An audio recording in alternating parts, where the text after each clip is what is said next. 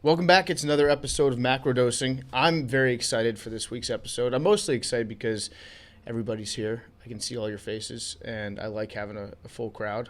Got some good vibes going over the last couple weeks. And we're also going to be talking about some fun stuff today. Just alcoholics, just drunks, really. Just the history of drunks and famous people who you may or may not realize were just absolutely hammered off their ass for their entire lives. So that's going to be fun to get into. We do have Coley here. We've got Billy here. We've got Arian here. We've got Big T in the studio. We got Avery behind the microphone handling the recording stuff. And, it's going to be a good time. We're going to have like a Mount Lushmore. What do you think about that title? We're all coming up with two guys, our girls, that we think are some of the most important drunks in history. So, they'll certainly like embrace debate on that point. I'm sure you guys at home will have some suggestions for who we should put on there as well. But before we do, we've got a little bit of stuff to clean up from last week.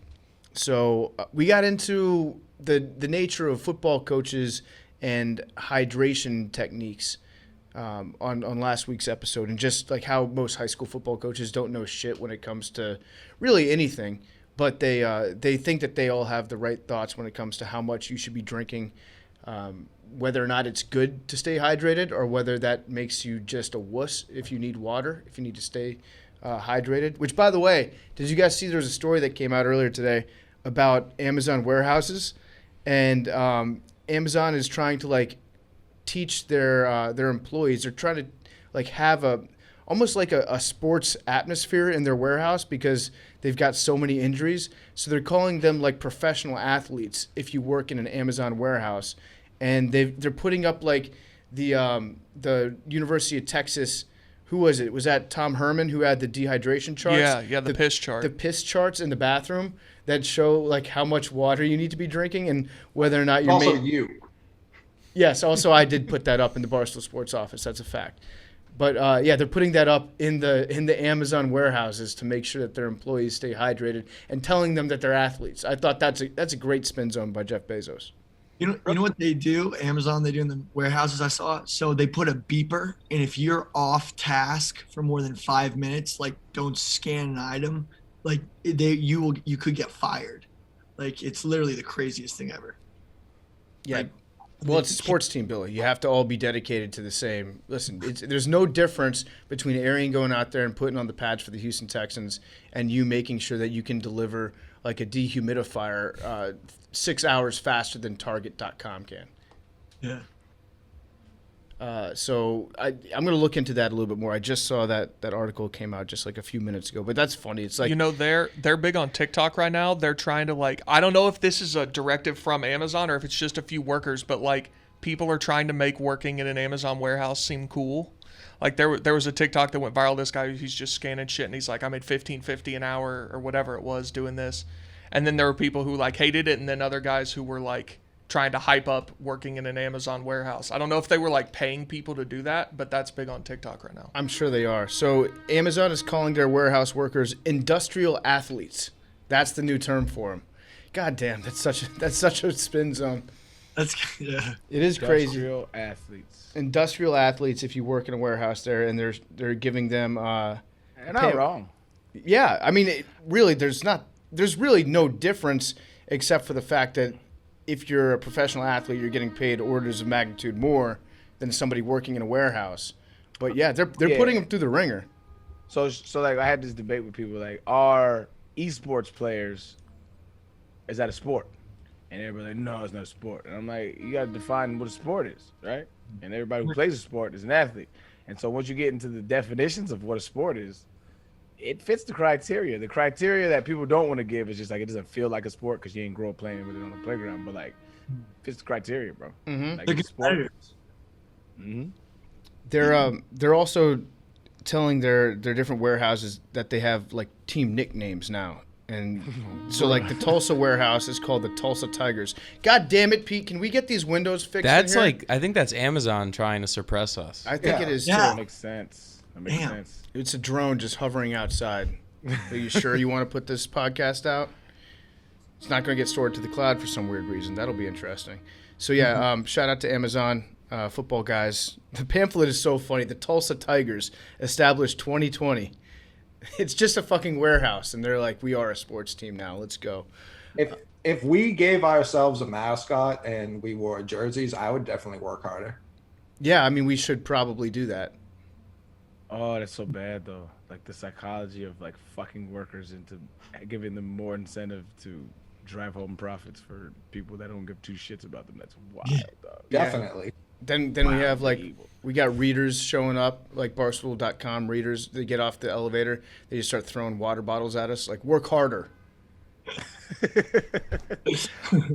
I'm down for a Macrodosing jersey though. Yeah, that'd be sick. We just came out with merch. That'd be fire though. Like we all have like numbers and shit. That's kind of dope actually, bro. A hockey jersey would be sick. What's the mascot though? The Macrodosing big T's. Mushrooms. Just big T. Big T's the mascot. We'll go with something else. I'm trying to think alliterative. The Scott Macrodosing. Oh, guys, Scott a Peterson. a Mutants. giant frog, gigantic. Big frog. wearing a free Scott Peterson t-shirt. I love it. I get down with that. I'm gonna go over to Joe Rogan's podcast office and just stomp on his mascot, like that they have right when you come in the door. Stomp on that and walk out. And Is it that wolf thing? I'm sure he's got like it might be an elk, might be. Yeah, I did his pod, and like when I went in, there's like this weird ass wolf when you walk in, like this huge big ass, like it's like a Beowulf kind of thing. Did he have you like? Did you indulge in any substances with him, or was it just like let's sit down and talk? We smoked a little bit of weed. Yeah. I took a hit or two. Does he have good weed? I didn't take enough to get high because I know like when I get high, things get weird sometimes, and from a nigga that I don't really know, I don't really smoke with people I don't know, so I didn't want to get like super high, so I just like took one hit. Mm-hmm. Speaking of fans like showing up and it ain't better than Snoop's. I smoked with Snoop. Whoa. All I took was one hit for the same reason, and oh my God, I was fucking floating, bro. So here's a quick story. I was in New Orleans for the Super Bowl festivities. And some big ass bouncer like tapped me on the shoulder. He's like, "Hey, Snoop want to holler at you." I was like, "What?" He's like, "Snoop, he wants to holler at you." I'm like, "Who the fuck is Snoop?" Like, I'm not thinking of Snoop Dogg. Like, so he's like, "Snoop Dogg, Snoop." I was like, "Snoop, the Snoop." And he was like, "Snoop, come on." I was like, "I bet." So I walk up there. This nigga has his own little. It's like I didn't even know there was an upstairs. Like, they made it just for him. But I walk up. He goes, "What's up, 2, 3?" I'm like, "Snoop, what's going on, bro?" He sat down, chopped it. He's like, "You smoke?" I'm like, "You got to smoke with Snoop. Yeah. You don't have it, so you have to smoke with Snoop." Took a hit. We just continued to chop, and I was cool. I sat down. I was like, "Nah, I'm just gonna hit it once." You know what I'm saying? I'm drinking. I don't want to mix. That was my excuse. I got up to walk. I had no fucking clue where I was. No fucking clue where I was going to. Just remember saying bye to Snoop Dogg and walking down the stairs as slow as possible because I didn't want to trip and fall.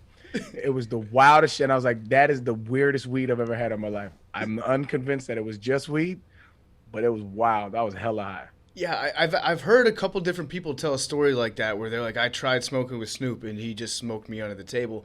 I can't imagine, like, it's got to be almost like a prank situation with Snoop Dogg now because everybody that smokes with him ends up in that same mindset where they're like, what the fuck, what am I doing? Snoop Dogg's life is just like people that he meets and then he shakes them up real quick, gets them mad dizzy, and then watches them fall as they're trying to walk away from him. And that's just like repeating.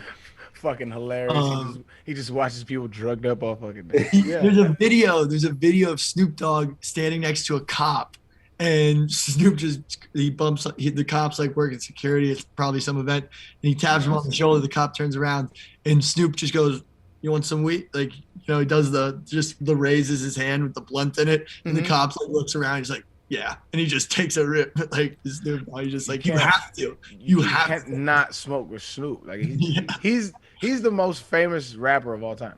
Yeah, and it's really not even that close. Like, probably the most. He's the most recognizable rapper of all time.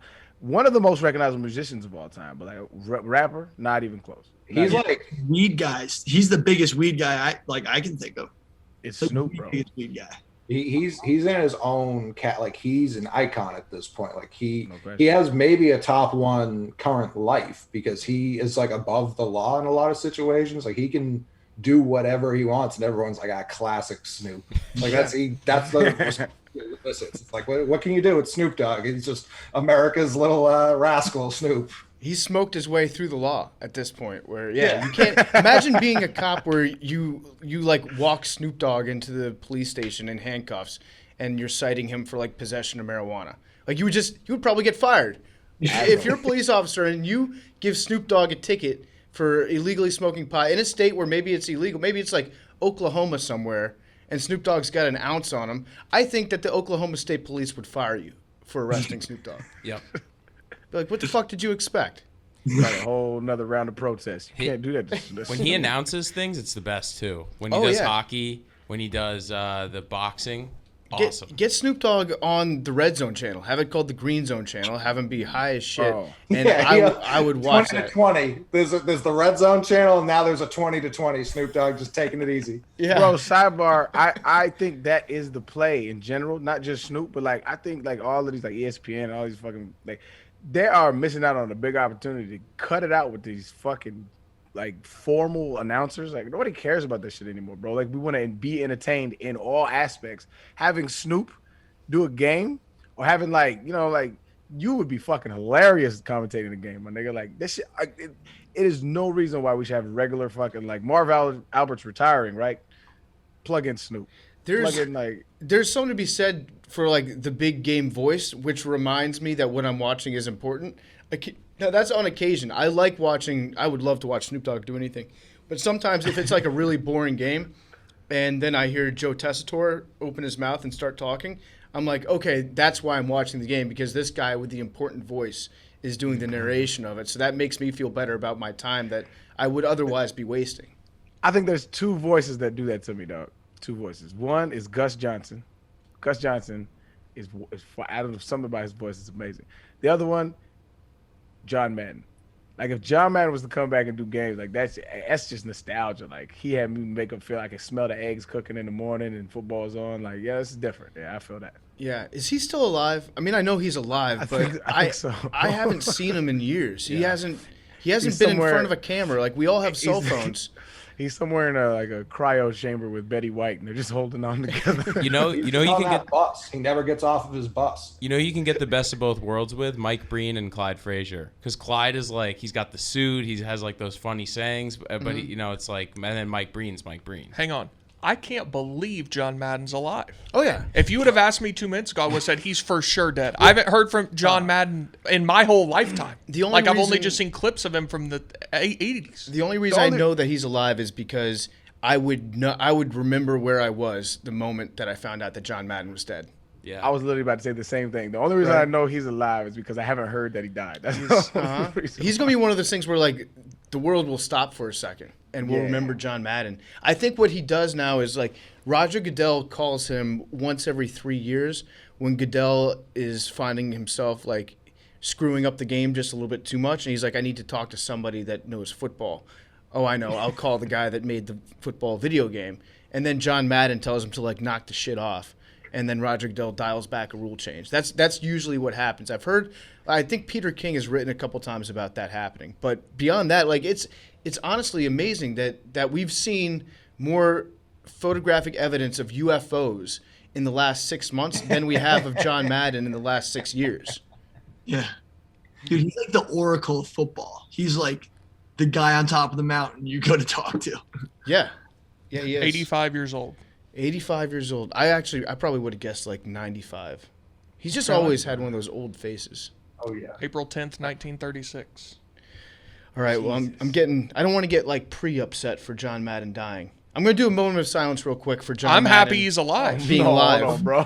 No, just we should celebrate him. him like now. Yeah. Because Give him a Appreciate legends while they're here. Yeah, John, I know you probably don't have the internet or Time out. electricity, but I love you. Are we doing a pre John Madden eulogy right now? Is that what's going on? Appreciate these people while we have them. Man, imagine some of these guys who saw how much people love them. Yeah. This This is is John Madden.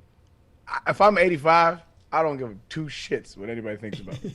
Fuck all y'all. This isn't posthumously. This is prehumously. Is that a word? It would have to What be. if his comeback to the Positive spotlight was side. coming on our podcast? John Madden, open invite.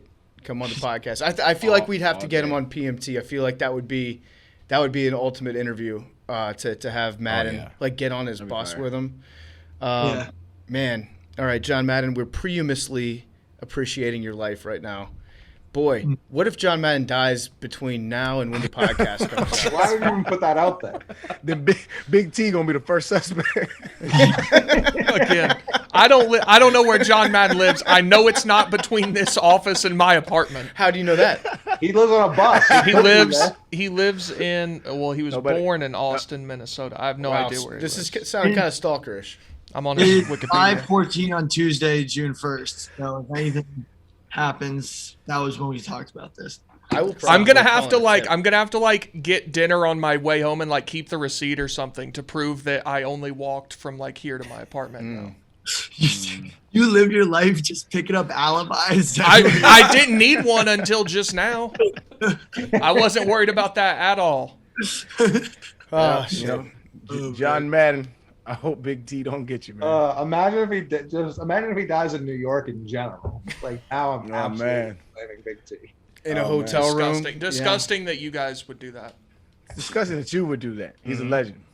We love you, John. I thought he was already dead. That's what's called fantasizing, Big T. Sounds like a You're cover not up. building your case here. Sounds I like hope Big you out, T's though. just imagine John Madden's don't dead need body this shit. in his mind's eye several times. It's kind of a weird thing to be fixated on, but whatever.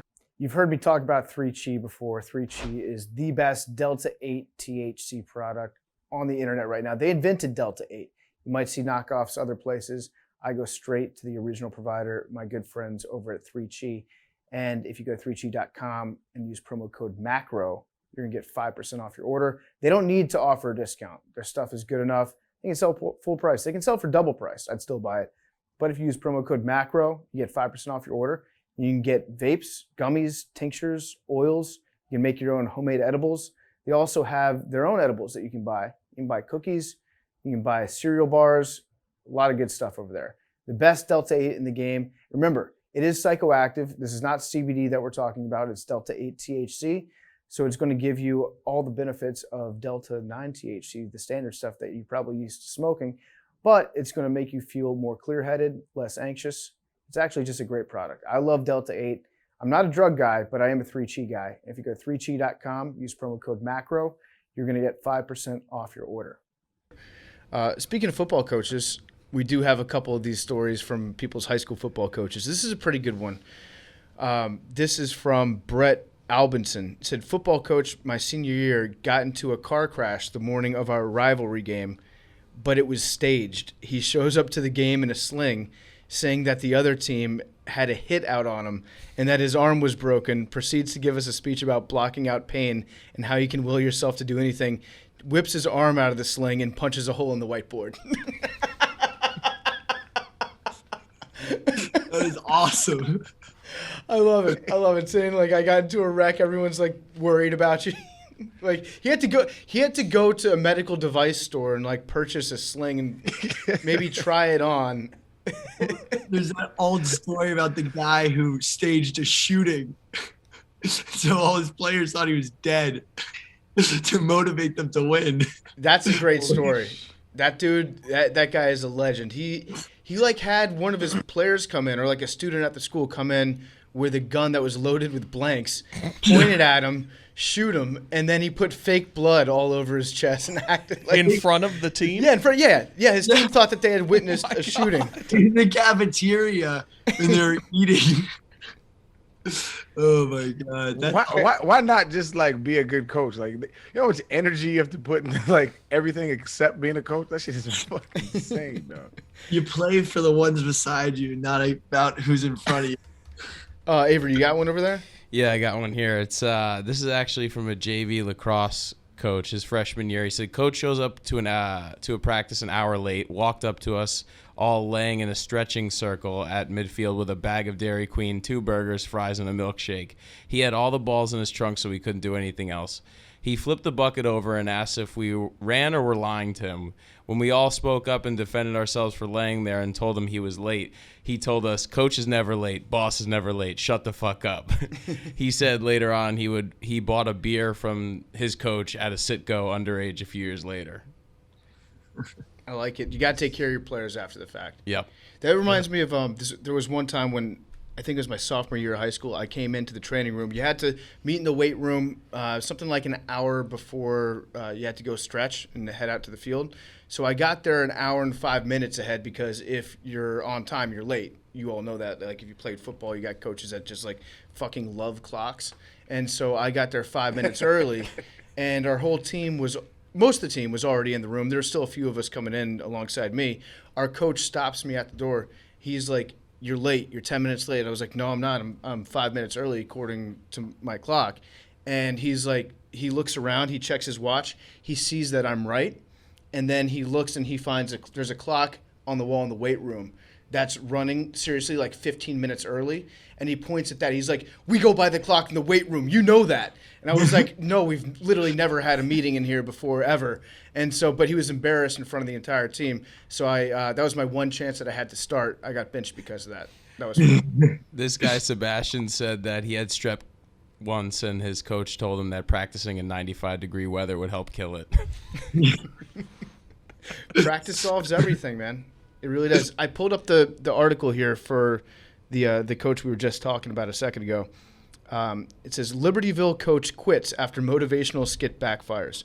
An attempt to shock his football players into combat-ready pregame mentality cost Dale Christensen a 21-year career Wednesday when the Libertyville coach handed in his resignation. Christensen staged a fake shooting at the school before the team left for its Class 6A state semifinal playoff game at Loyola last Saturday. "Immediately after it happened, I knew I had gone too far," said Christensen. And what he means by that is, like, you got to save this for the finals. Like, this is not a semifinal.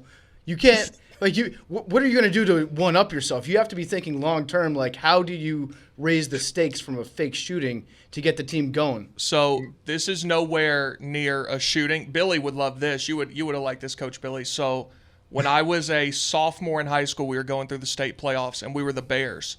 And every game before the playoff game, so we got to the state semifinals, so we played 4.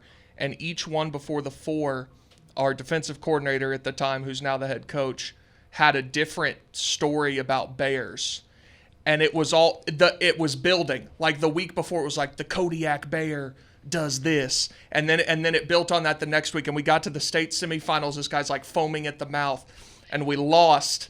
And apparently what he had planned with something with Bears for the state championship was going to be legendary, and we missed out on it because we lost in the semis. It was a real shame. The all-time what-if moment. The story of Spartans, like I had this one coach, and he was telling us the story of Spartans and, like stuff that they do. And he was a pretty serious guy, and we were kind of sitting there and like, oh, this is like a history lesson, but but then he just goes, "But you know what else Spartans used to do? They used to send out them, and they'd take down these big trees, and they'd call it tree fucking."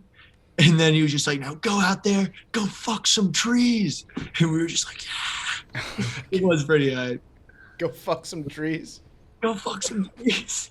There's a name for that, isn't there? There's like people who actually fuck trees. Yeah, but I think it was more like the Spartans were just like running headfirst into trees to take them down, because it was like running into the phalanxes. But now we won that game. Okay, so Christensen went on. It gets funnier if that's possible. So he says, "I agree it wasn't appropriate, but there's more to it than just some fanatical coach staging a fake shooting. At Libertyville, we put a premium on psychophysiological stamina. We have to expose athletes to this process, and I'd like to relate several stories before they get out on the field. Preparing for a football game is about the closest we get in our society to the military," Kristen said. "Now, what inspires an individual to risk his life to save another? How do you overcome fear?" And then his idea was to have the skit take place for 7 seconds, and then as a team, we would discuss everything. "I had tried this on my wife for an April Fool's joke, but knowing my reputation for crazy stunts, she wasn't affected at all." So he got fake shot in front of his wife, and his wife was like, "Fuck you." Yeah. Like, I don't care. Good, bro. I hope you're Get dead. up. And then it gets back as he was accused of racism because he had a black student fire the starter's pistol and come in and shoot him. But he was like, "No, it wasn't a racial issue. I initially had a white drama student that he had given the gun to her to come in. So it was also just like a very inclusive thing. It was a white woman that he had initially given the gun to, but she had to leave town. And then the football coach was like, I really want this other kid to come out and play football next season. How can I get him part of the team? Oh, I know. I'll give him a gun and have him come in and pretend to shoot me. Genius. Arian, I don't know if anybody else wants to hear this, but I do. What's the craziest thing either like Phil Fulmer or John Chavis or somebody like that said when you were at Tennessee? I feel like Chavis would have been the craziest one. You know, he didn't really talk like that. Like most DCs and OCs, they kind of just defer to the head coach for speeches and stuff. Like so, but I'm sure he talked to like the defense and the defensive meetings. But before games, it was just Fulmer. And one time, he said the wackest shit I ever heard, bro. A whole team fell out. So we was playing Notre Dame 2005, and it was like huddling up before the game or whatever. It might have been before the walkthrough before the game, but it just didn't make no sense. Everybody's kind of stared at it. You know when Jameis Winston was like eating the W, Yeah. Mm-hmm. like that. It was kind of like that where everybody was just like, all right, We're losing by 30. yeah, we gonna take this L. Cause he said this speech. He's like we're gonna work hard this whole week and yada yada yada yada. And at the end he said you listen here. He said you back a rabbit into a corner, he's gonna tuck his tail because that's a rabbit. He said you back a volunteer to the corner, you better bring your A game.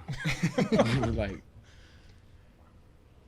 okay. I just Googled the final score of that game. Do you remember what it was?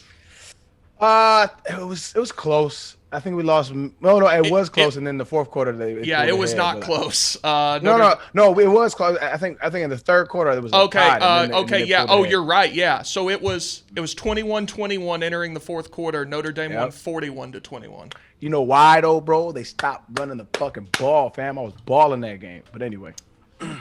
I like this story, too. This is from Alan Gutierrez. One time, my football coach took Alka-Seltzer before a pregame speech, and by the end of it, he was foaming from his mouth, and then he ripped his shirt off. The rabies trick. I think That's a classic. I don't understand. Alka-Seltzer in the mouth.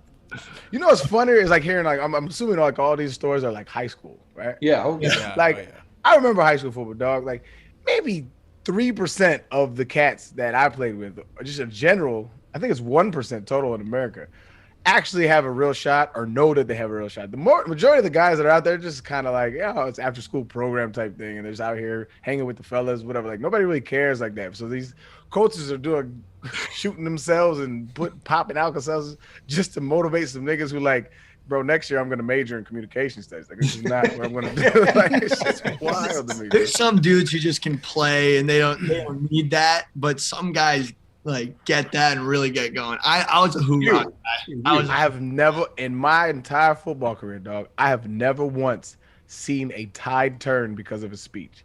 And it's like how you play is how you. Nobody in the huddle be like, come on, guys, you heard what coach said. Never has that happened in my entire. Maybe I'm the oddball out. I could be the outlier here, but that shit don't work, man. No, I think there's an element of fear that motivates you all the time in whatever it is that you're doing. And like if that's fear of getting benched or if your coach is like mad enough at you, sometimes you'll go out there and play like a little bit harder if he doesn't like push you all the way in the opposite direction and just like make you want to quit. But like these football coaches, at least in high school, they just do it for themselves. I think they do it to psych themselves up. This one guy just said that his high school coach at halftime, he was giving a halftime speech and said, "You boys got to man up, get yourself a hard dick."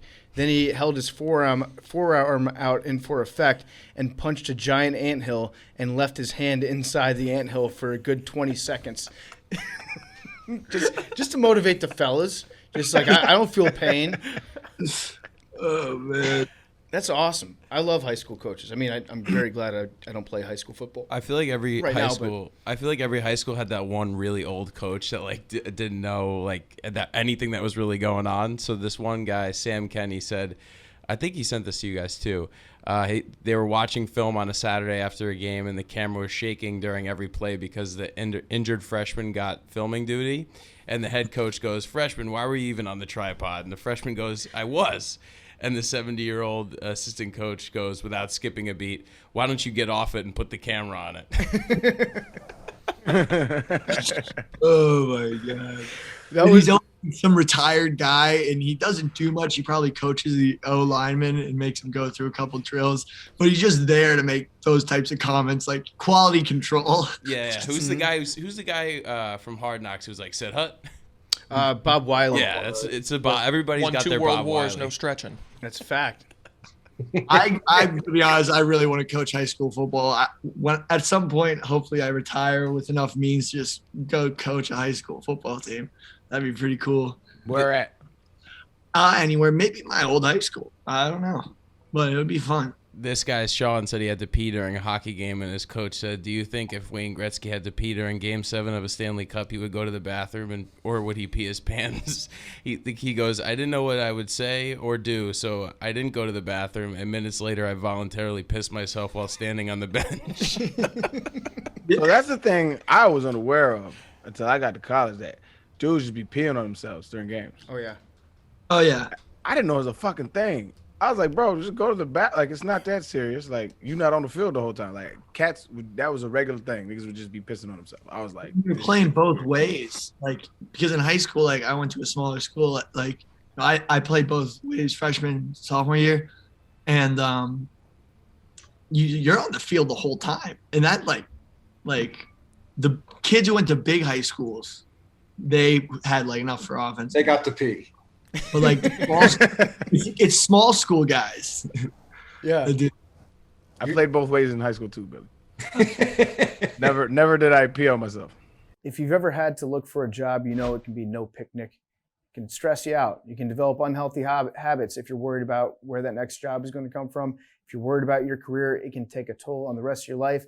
Fortunately, with ZipRecruiter, they have an easy way to handle the job search, so you don't have to worry about posting your resume to all these different job sites. All you have to do is you go to ZipRecruiter.com, you create a free profile, and then you're going to get matched to great jobs as they come up. It takes a lot of the stress off your plate. They handle it for you. It's a lot more than that too. They proactively pitch your profile to employers whose jobs match your experience, so you don't have to go out there searching for them. Unlike with other job sites, if an actual person from the company really likes what they see, they can personally invite you to apply to their job. And candidates who are invited to apply on ZipRecruiter are nearly 3 times as likely to get hired. That means that you're going to be wasting less time.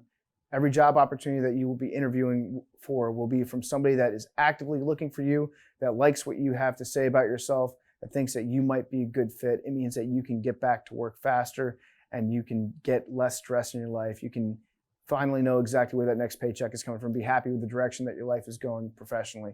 ZipRecruiter will help you out. And if you like the jobs that you see, you can apply with just one click. So it's super easy, saves you a lot of time, saves you a lot of effort, saves you a lot of headache. ZipRecruiter is the #1 rated job site in the United States.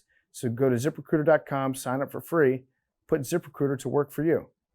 Don't forget, you can even search Barstool and apply now for our upcoming internship opportunities. No matter what type of job you're interested in, experience the better way to find it at ZipRecruiter.com. It was a big thing in rugby because you would play for 80 minutes and there would be like a short halftime in between, but not enough to like run off and go use the bathroom. People would just like take a knee on the field in like the corner of the field and pee right there. And then inevitably somebody would get tackled into the pile of piss during the game. And then we all had a good laugh as long as you weren't that guy. That was fun. This other guy said my football coach dressed up like John Rambo and asked our offensive linemen if they wanted milk and cookies because he thought they were being too soft, and then threw the cookies at them and crushed the gallon of milk with a baseball bat.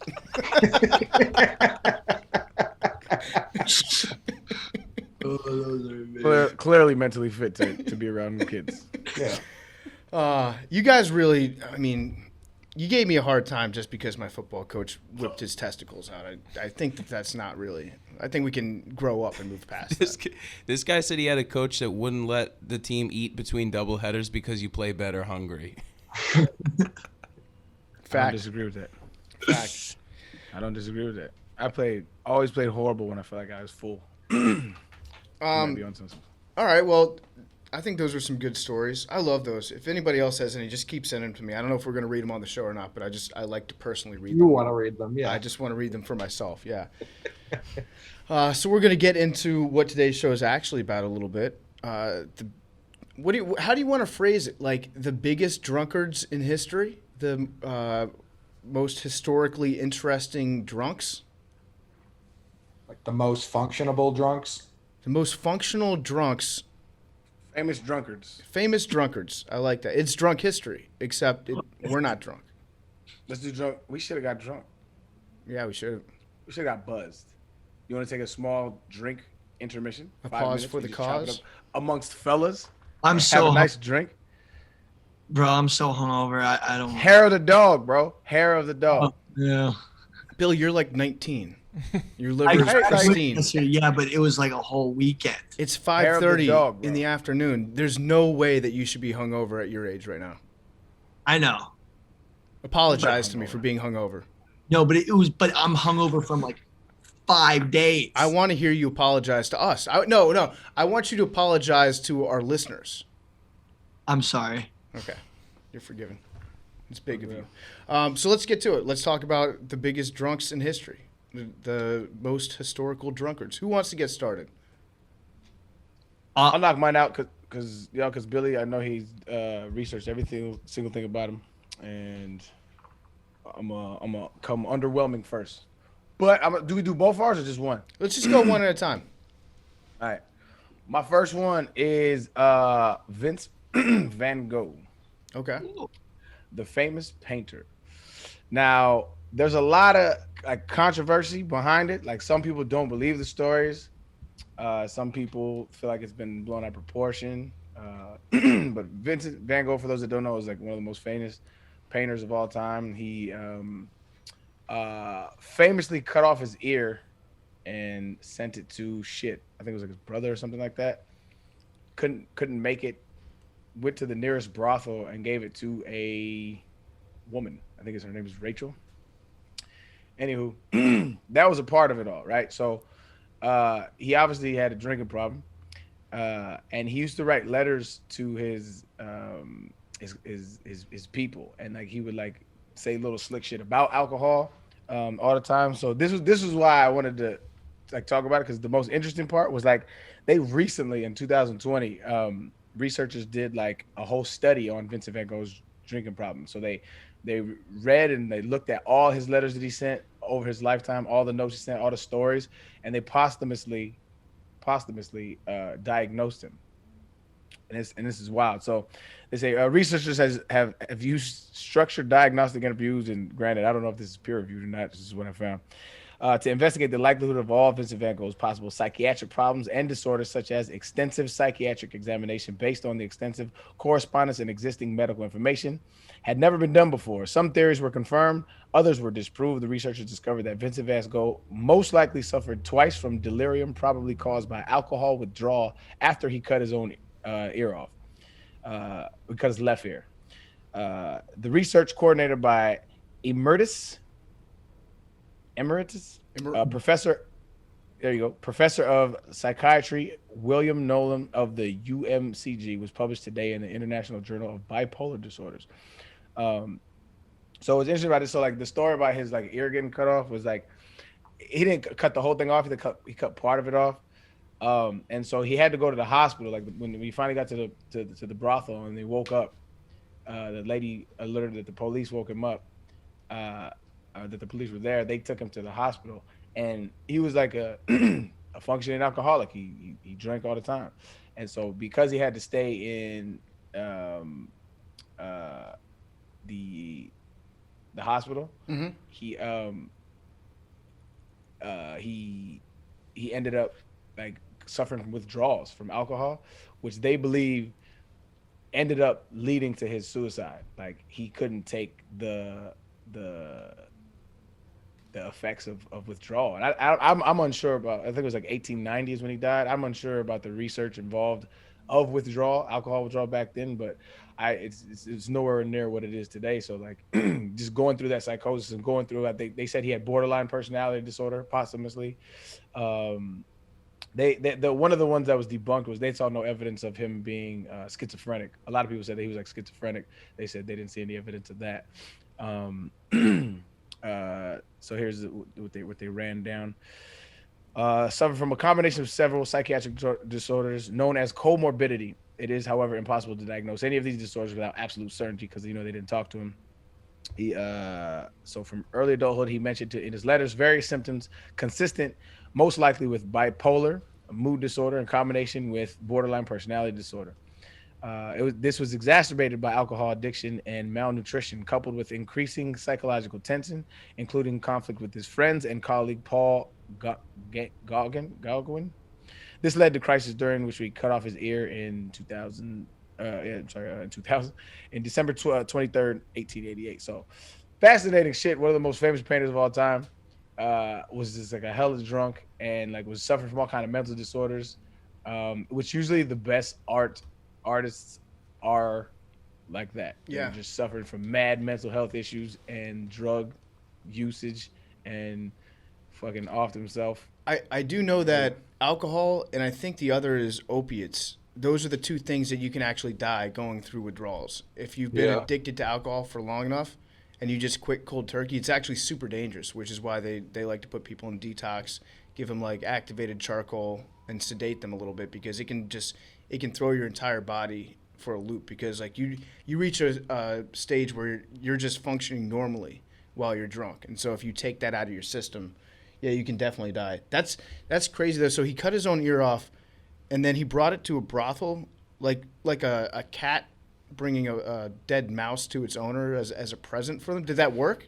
Did he get laid? Well, they don't really know the nature of the relationship of this Rachel girl. I suspect, and this is my small reading, I don't think they had maybe they had an intimate relationship. I don't know. I think it was just like on some like he's the first person he saw, and she was like, "What the fuck?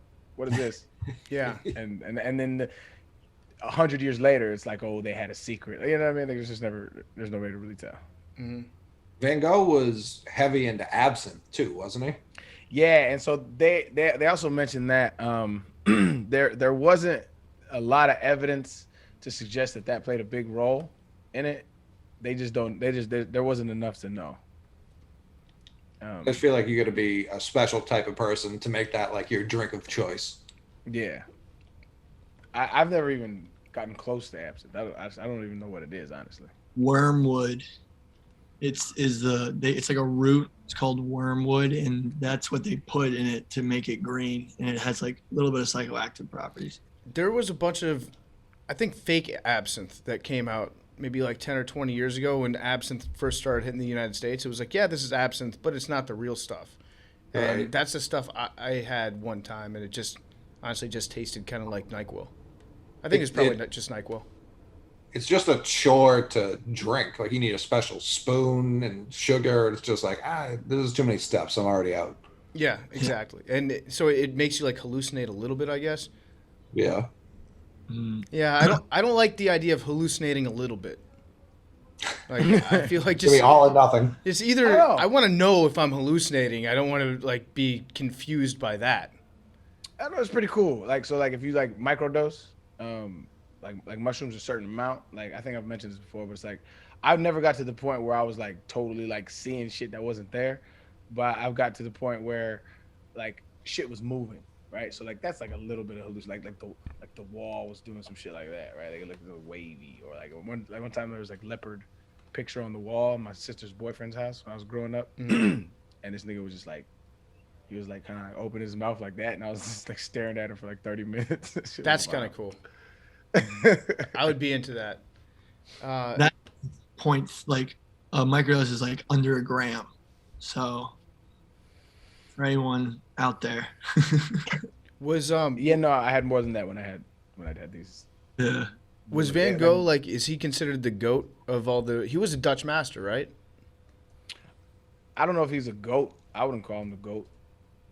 A lot of these old painters, like I get this all the time. Like when you start talking about like art connoisseurs, that like at the time what they did or whatever the case may be, like most of this shit be trash to me. Like I know a bunch of artists that are better in my opinion, but that would be judging them from the standards of today's artists, and I don't know how you can even do that, but it's just aesthetically, it's just not that pleasing to me. I know Neil deGrasse Tyson loves this nigga's Starry Night painting. Yeah. I actually asked him about it. So I had Neil deGrasse Tyson on my podcast one time, and he was like, he said some dope shit. Actually, he was like, because he deals with like what the actual stars look like. So like if he actually, I think it was the Titanic. There's a Titanic. Like he got in touch with I think it was Steven Spielberg, and he said the stars are wrong in your movie. Like they're not correct. Like I'm thinking about being that getting that call. Like yo, fam, the stars in the scene are not correct. Like what the fuck is this? But like, so he said the stars were wrong in the movie, and so I think on his next movie he consulted with them and they got the stars right in whatever movie it was. But he said some really dope shit. He was like, I was like, well, what about the accuracy of this Van Gogh painting because you love it so much? He was like, I know what the stars in the sky looks like, right? But like that's not what art is, and that's not what I like to feel, right? He said that's what it means to be human, is to feel, right? Those emotions. And he said that's what the sky felt like to him. And that's what I like about art. It's like I want to see how the environment makes you feel. And I was like, that's pretty fucking cool. Yeah. All right, Billy, you want to give your first one? Yeah, this one's a layup. Andre the Giant, literally probably the biggest, like built different, like athletically, like, you know, for drinking, like no one's ever going to get to his point. Like this man would drink like double digit wine bottles up to like 100 beers, and some of the stories about him are crazy. So like there was like he once chugged I think about 10 bottles of wine in 1 hour, and it's like unheard of. Imagine what his mouth looked like after that. Right. Like what?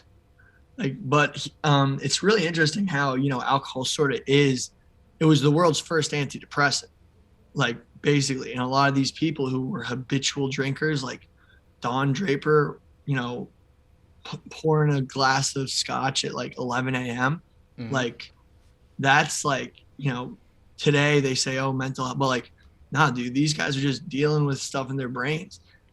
And it's actually, I saw this thing. It was about prohibition, and the reason they had to do prohibition because everyone came back from World War I, and they were drinking and they weren't stopping.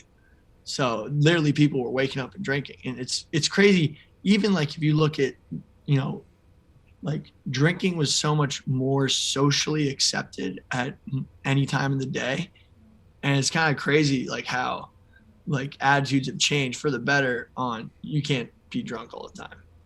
Yeah, it's like somehow we all got together and we accepted the fact in the United States that if it's 12:02, it's fine to have like a shot of whiskey. If it's 11:58, it's not. You got a problem at that point. And like we've talked, I think, before on the show a little bit about how just about every society has some form of alcohol. They've discovered alcohol along the way, whether it's to ferment stuff, to preserve food, to preserve drink, because maybe the water sucks, and so it's safer to drink beer than it is to drink water. But even animals, it's actually just more so. It's not really alcohol. It's just like every society figures out a way to get fucked up, and just like check out occasionally. We all need breaks from being sober in one way or another, and some people do it through, like, if you're super healthy, you do it through like strenuous exercise.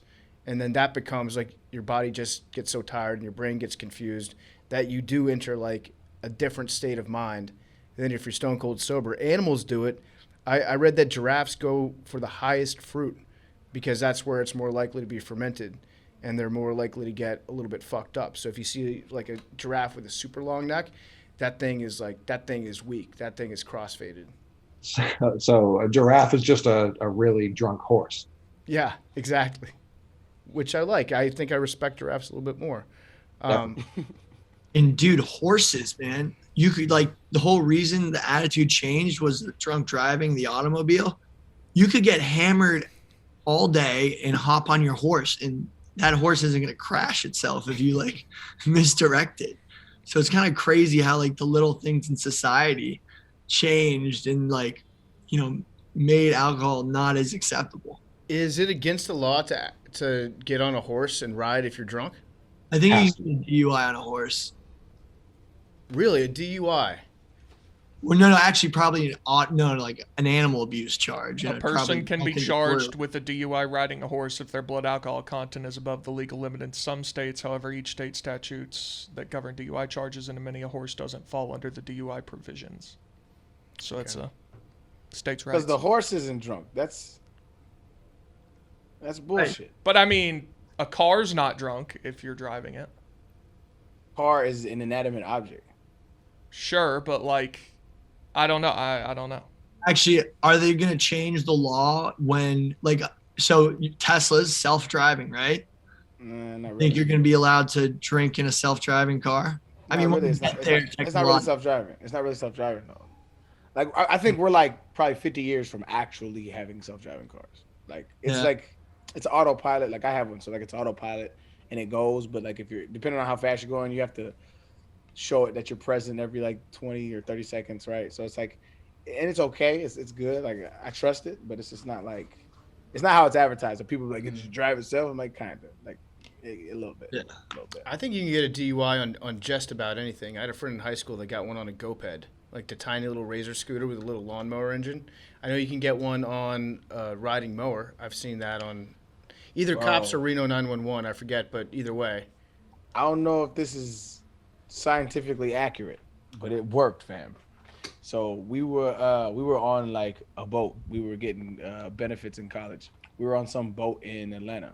It was like, no, it was in Chattanooga. It was in Chattanooga, and we were like on like some lake, and somebody was just treating us, and we was on jet skis, and me and my buddy was on jet skis. And that day, right before we got on the jet skis, like me and him split a whole fifth. Well, we was fucked up, and so we was riding, right? Mm-hmm. I didn't know this. I'm from the ghetto. I didn't know that there was water police. There's water police. they riding around like on their little water boat, police car boat, whatever the fuck it's called.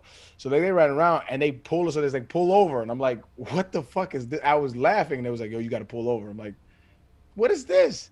And so we pull over, and I saw he had a breathalyzer, and I was like, oh shit, I'm drunk as hell. And so what I did was I act like I missed him, because like you have to like get close to him so they can like tie you down or whatever. Yeah. So I act like I missed him, and I had to circle back around, and when I circled, he couldn't see me, and so I scooped some water in my mouth and I started swishing it. I started scrubbing my tongue with my teeth. Mm-hmm. And I was like, this is the best shot I got, dog, or else I'm about to get a DUI. Went around and I fucking blew like I wasn't. I guess I was like, we had a drink, but we weren't drinking like that, sir. And then I blew clean. I fucking beat a breathalyzer by doing this shit. With I don't know lake if water. it's the dirty ass river water, but it was like your shit worked, dog. Nice. I've always heard like the urban legend pennies. If you put pennies in your mouth, that doesn't I've work. heard that. It doesn't work. It doesn't work. Ludacris said mustard packets. He said keep mustard, goddammit, on one of his albums. That doesn't work either. Hang on. Why did the lake water? Why does it do that? It measures alcohol particles like in your breath, and so if there's less alcohol in your mouth, I guess it increases the likelihood you'll get away. I don't know. Yeah, like I said, I don't know, but I know for a fact me and him split an entire fifth, and I was fucking faded, and I was like, okay, I'm going to jail. I did what I could, and it worked. I blew. Maybe I don't know. I have magic breath. I don't know, bro. That shit worked. No, don't take my word for it. I'm not claiming that shit works all the time. And back to Billy's point, Andre the Giant, he was like depressed, right? And so that was like his escape, and he would just house beers.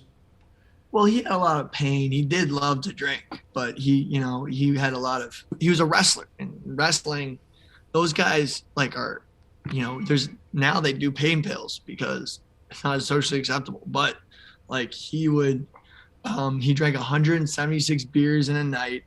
He once drank 12 bottles of wine on a bus ride, and he once went out and got he drank one of those giant gallon vodkas all by himself. So imagine getting on a bus with Andre the Giant, and he's got like 2 shopping bags just filled with wine bottles clanging against each other, just casually back there, just pounding them like they're 8-ounce Capri Suns. He used to take that was back. Obviously, wrestlers weren't making what the top guys are making now, at least. And so he would be wrestling in like the Southwest, and then during the weekend get on a plane to Japan, do a bunch of matches over there, and then have to fly back to come back to do American. Like he was doing that frequently. So I can't even imagine what kind of damage he was doing on plane, like cross-continental flights. Yeah. Coley, who do you got for your first one? I mean, I'm going to stick with the legends while we're here. I got Michael Jordan. I mean, it wasn't, as far as I can tell, all based in depression. It's just more, I don't know if there's someone alive who has a more addictive personality than Michael Jordan, especially when it comes to winning. And he spends, when he's not on a basketball court, he is in a casino. And when, as you see him, the older he gets, the more he just carries like half-drank bottles of alcohol around with him wherever he goes. And it's really his eyes. His eyes are the biggest tell out of everything about it. Those things get yellower by the day. Mm-hmm. And that's just because I don't know if he drinks water anymore. He couldn't. I think Michael Jordan drinks because he's pissed off that everybody else around him isn't Michael Jordan and isn't as good as he is. Like, imagine you're Michael. You've conquered the highest mountains. Like, he really doesn't think that he should have to compete against mere mortals all the time. He's like, people who aren't me bore me. Right. And Michael, the only pictures that bring me as much joy as like Michael Jordan at like a college dorm party for some like modern Michael Jordan, just like standing on a table with like clear like 25, you're like playing beer pong in backyards and shit. The only thing that makes me that happy is seeing like Klay Thompson as high as a human can be, like in the middle of the Pacific Ocean somewhere. Those are the only pictures I enjoy anymore. Mm-hmm. The stories about so when watching The Last Dance, he was drinking before championship games, like in the morning. Oh yeah. He would wake up and just have a couple beers. Like, that's crazy. Yeah, he was never asleep, like a guy who needed sleep. Like they did a Barcelona documentary on the 92 Dream Team, and like the whole time he's just awake, playing golf, gambling, and then like beating Croatia by 50. Mm-hmm. And also, Barcelona's a tough city to do that in because you go out to dinner like midnight. Right. That was actually, I think everybody else was kind of on the same sleep schedule as him in Barcelona. That was a ridiculous team. You know who led that team in points? Barkley, wasn't it? Barkley, yeah. Round, mound, or rebound. All right, that's a good one. I like Michael Jordan. Well, we got to do an MJ LeBron. But yeah, I mean, LeBron wants to be a drunk like Jordan, but he can't. I've got LeBron. Here's a fact. I've noticed when Michael Jordan wins championships, he sprays champagne around. When LeBron James wins championships, he drinks it. I've never seen LeBron James wasting champagne in a locker room. Point number 2, I've never seen LeBron James driving. I don't think he drives. Have you? There is that one video. He's somebody like sees him on the highway in his car. He has like this crazy 918 sports car. Spider. Yeah. And they just. But if I was him, wait, he's got one of those 3-wheel cars? No. It's Why a would you Porsche drive if you're 918 LeBron Spider. James? that's what no I point said. I driving. wouldn't either. Never. No, it's like There's no a point in $3 million Porsche. Okay, I thought you were saying he's Like, got like one of those the chances of slingshots. somebody like hitting you and be like, you hit me, and then you got tied up in court. Like, nah, no, I got in a wreck one time. This is the only wreck I've ever been in, right? And like, I'm nowhere near as fucking recognizable as LeBron James. But like, I was going, there was like a school zone, and I sped a little bit to get around it, and some dude like jets out and like T-bones me, right? And like, it's obviously his fault. Like, we get out of the car, I go check on him. He's like, I'm good. He said, I'm sorry. That's the first thing. He's like, man, I'm sorry I didn't see you. I was like, it's all good, bro. Everybody's good.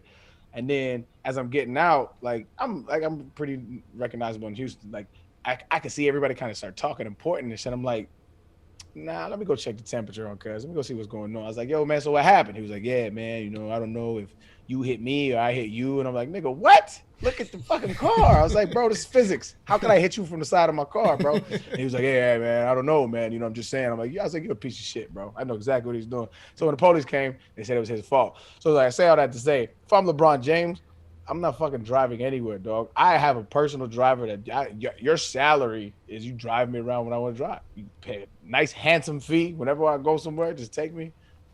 Fuck no, I'm not driving on LeBron. No problem. Yeah, and he can't make those videos of him listening to the newest and from the driver's seat. He has to be in the back mouthing 4% of the words. He be fucking them lyrics up, don't he? Not even, he's never close. He's never close.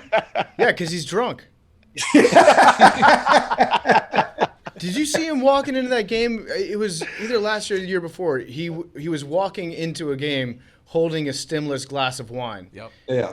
And That's when he was hurt, though. I don't think he was playing. Or maybe He wasn't was he playing. Yeah, I don't No, think he he was wasn't playing. I don't think he was playing. I don't think he was playing. but at least like I don't know, put it in a camelback and have it attached to like Yeah, that wouldn't be suspicious.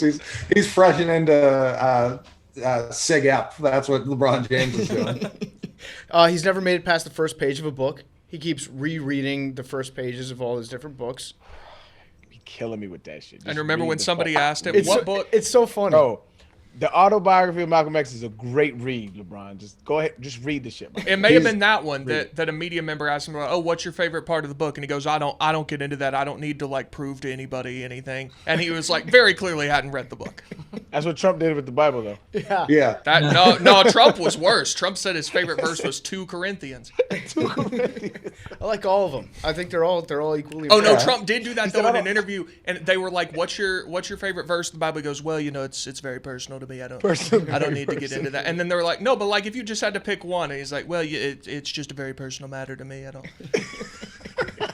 I didn't know that Big D had a Donald Trump That was impression. I was gonna say that's pretty good. I've got a good, Trump. I've got a Trump impression. It'd be That's pretty good. It'd be funny if like LeBron James went and stood underneath the basket, like holding up the Art of War upside down, like showing it to everybody. Like, after security clears the court out after a game. My favorite book. Yeah. My favorite book. Yeah. All right. Well, also LeBron. Remember the time he pulled his penis out? Yeah. That's the Who could behavior of a forget? drunk man. This is new to me. What? Oh, Arian, you don't remember this? It was before a game a few years ago. He was like getting ready on the sideline, like tucking his jersey in. He was tying his shorts. He was tying his shorts, and he like pulls his drawstring out and starts tying it, and his dick just pops out for a second, like on national Really? television. Well, it was like, correct me if I'm wrong, but he was like tucking the front of his jersey in, and when he pulled his hand out, Yeah. he kind of grabbed his dick and pulled it out with it.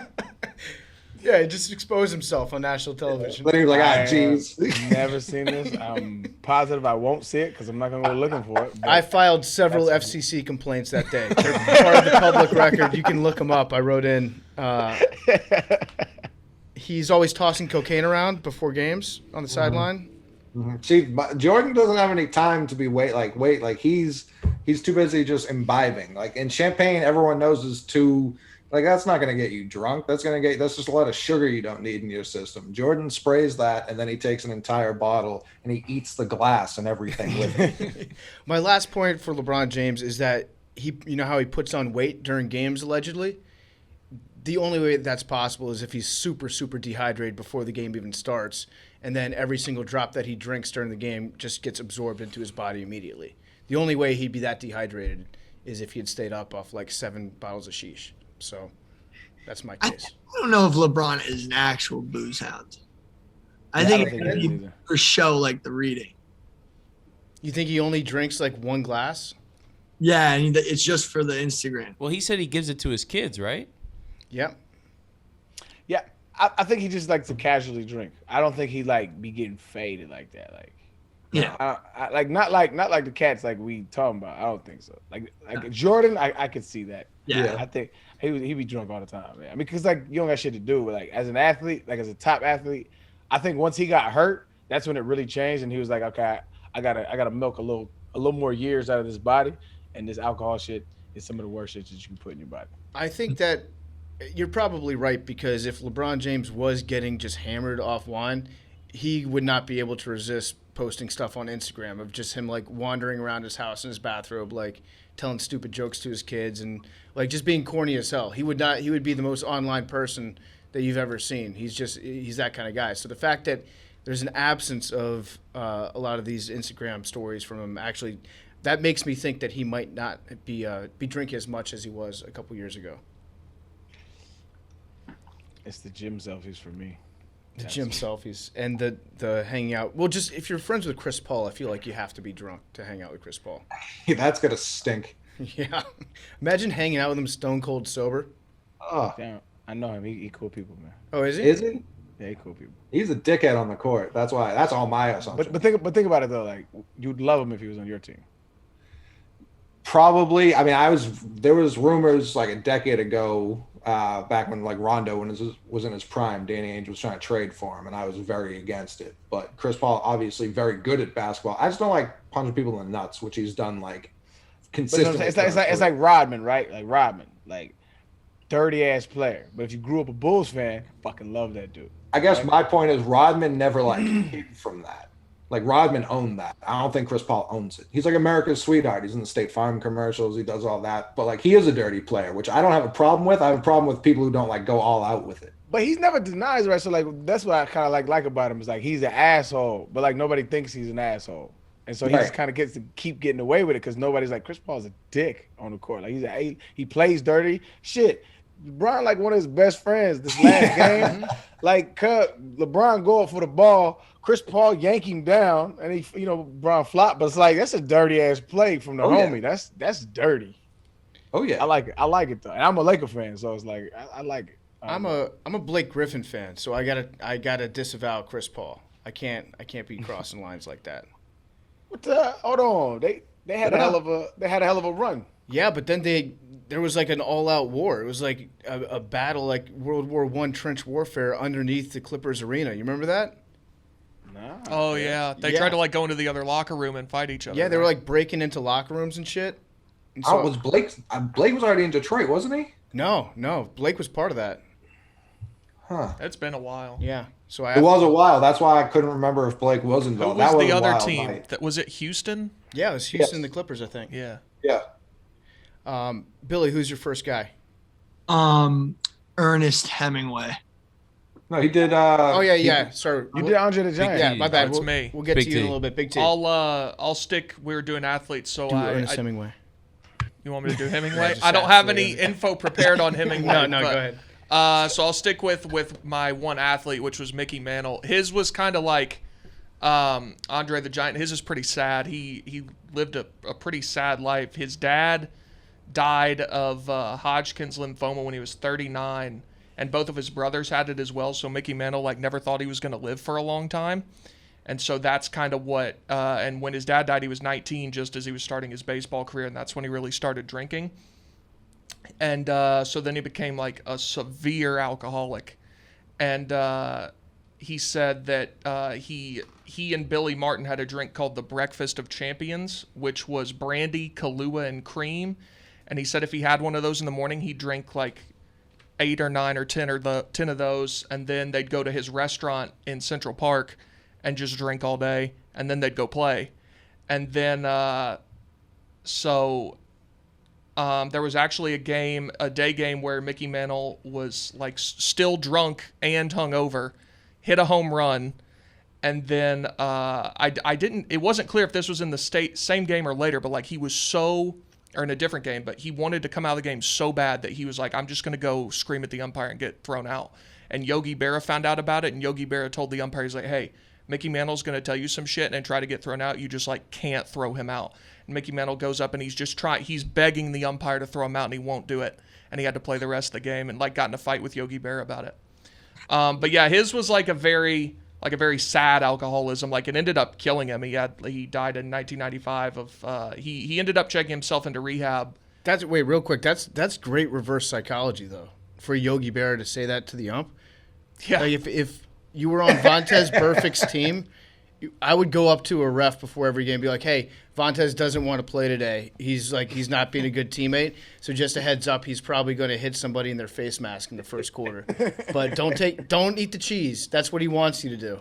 Yeah, it's like, listen, Dick Bavetta, Rashid's gonna give you an earful, and it's because he's having a bad day. You just can't tee him up. Yeah, so I guess in the 60s it was a little different, but he just lived kind of a pretty sad life. I felt kind of bad for him when I read all this stuff. Well, he was also great at baseball. He was an incredible baseball player, second greatest switch hitter of all time. He also got his dick sucked during a game. So in 1973, the Yankees sent out. It was the 50th anniversary of Yankee Stadium, so they sent something like all the former players. They're like, list your favorite memory at Yankee Stadium. I'm looking at the screenshot of it right now. It says, I consider the following my outstanding experience at Yankee Stadium. Mickey Mantle wrote, I got a blowjob under the right field bleachers by the Yankees bullpen. And then it says, this event occurred on or about, give as much detail as you can. He says, it was about the third or fourth inning. I had a pulled groin and couldn't fuck at the time. She was a very nice girl and asked me what to do with the cum after I came in her mouth. I should have read this before I started reading it. I said, this is unbelievable. I said, don't ask me. I'm no cocksucker. Signed, Mickey Mantle, the all-American boy. So I don't know if there was alcohol involved with that during the commission of that act or when he wrote this. Probably both. Yeah, I'd say There's both. She earned her better pinstripes. answer to the question of what do I do with this cum? Don't ask me. I don't suck it. Yeah, call your mom. You I don't know. thing. That's a you thing, sweetheart. Holy So yeah, shit, that's he was a pretty wild dude. There was another story that he and Billy Martin, they were in Detroit, and they climbed to the they went up to the 22nd floor of their hotel and walked outside to try to like get to their teammates' windows and like prank them, but everybody was like already asleep. And so by the time they get out to the edge of the hotel, they realized that the ledge they walked on was like too narrow to go back. Mm-hmm. So they had to scale the side of the hotel 22 floors up, like, and go around it to get back inside, and like nearly died. Wow. Yeah, he was a crazy person. All right. Big T, real quick, who is the best switch hitter in your estimation? Oh, Chipper Jones. Yeah, no. He surpassed all of Mantle's records. His father's favorite player was Chipper Mickey Jones Mantle. wasn't a functioning alcoholic. I hope so. Well, Chipper Jones was also facing guys on PEDs throwing 98. Mickey You don't Mantle was think they were playing doing guys who were PED plumbers back in in- the offseason. Mantle's generation had plenty going in their system too. I'm pretty sure that Chipper Jones is a better hitter than Mickey Mantle. I think that it was just commonly accepted that it was no different than sometimes if you show up for work still drunk from the night before. That probably happened a lot more often in baseball. Like half the guys were probably drunk during any given For game. sure. Like in the middle of summertime in the year 1962, when there's no like cable television and you're not getting highlights beamed into your house, like and you're not able to keep up with every single game that's going on, I'm sure guys were just hammered. There's a lot of stuff that they got away with back then. Yeah, I mean, the 04 Red Sox were drunk, so I can't even imagine what they were doing in the 60s and 70s. Yeah. I do have a theory that being you have faster reaction time when you're hungover because the alcohol withdrawals like give you almost like a super clear vision. Is this peer reviewed? No, but I'm gonna check it out. You feel? Yeah, I don't think You that's- just get a I don't think that's feeling. accurate, my brother. I will say that like when you're hungover, a lot of times you lose a certain filter. That can be good sometimes. Like I know that when I used to go to work back when I was selling various appliances, I would have like record days when I was hungover because I just didn't have time to like bullshit around people. I'd be more direct, and then that would usually translate into a job better done. But I don't know about the physical standpoint. Well, I think about these guys were hitting fastballs, and were hungover. Like that's impossible because a lot of baseball players do play. That's the only reason I think it. Okay. All right. Well, we'll have to study that, Billy. Maybe that can be a sports science thing that you do for us this summer. No, not in my case, but I think some guys just got it. We should actually have you do Billy football as sports science, like the sports science guy used to do, but just like the weird shit that you get into 100%. and your weird theories. Put that in your Billy to do assignment list. Perfect. Do you have a list? Yes. Are you updating it? Yep. Right now. Okay. I like that. Good initiative, Billy. my first one, because I'm not putting LeBron on my official list, but my first one is going to be Socrates. That's right, the man, the myth, the legend himself, Socrates, one of the OGs of the debate me coward game.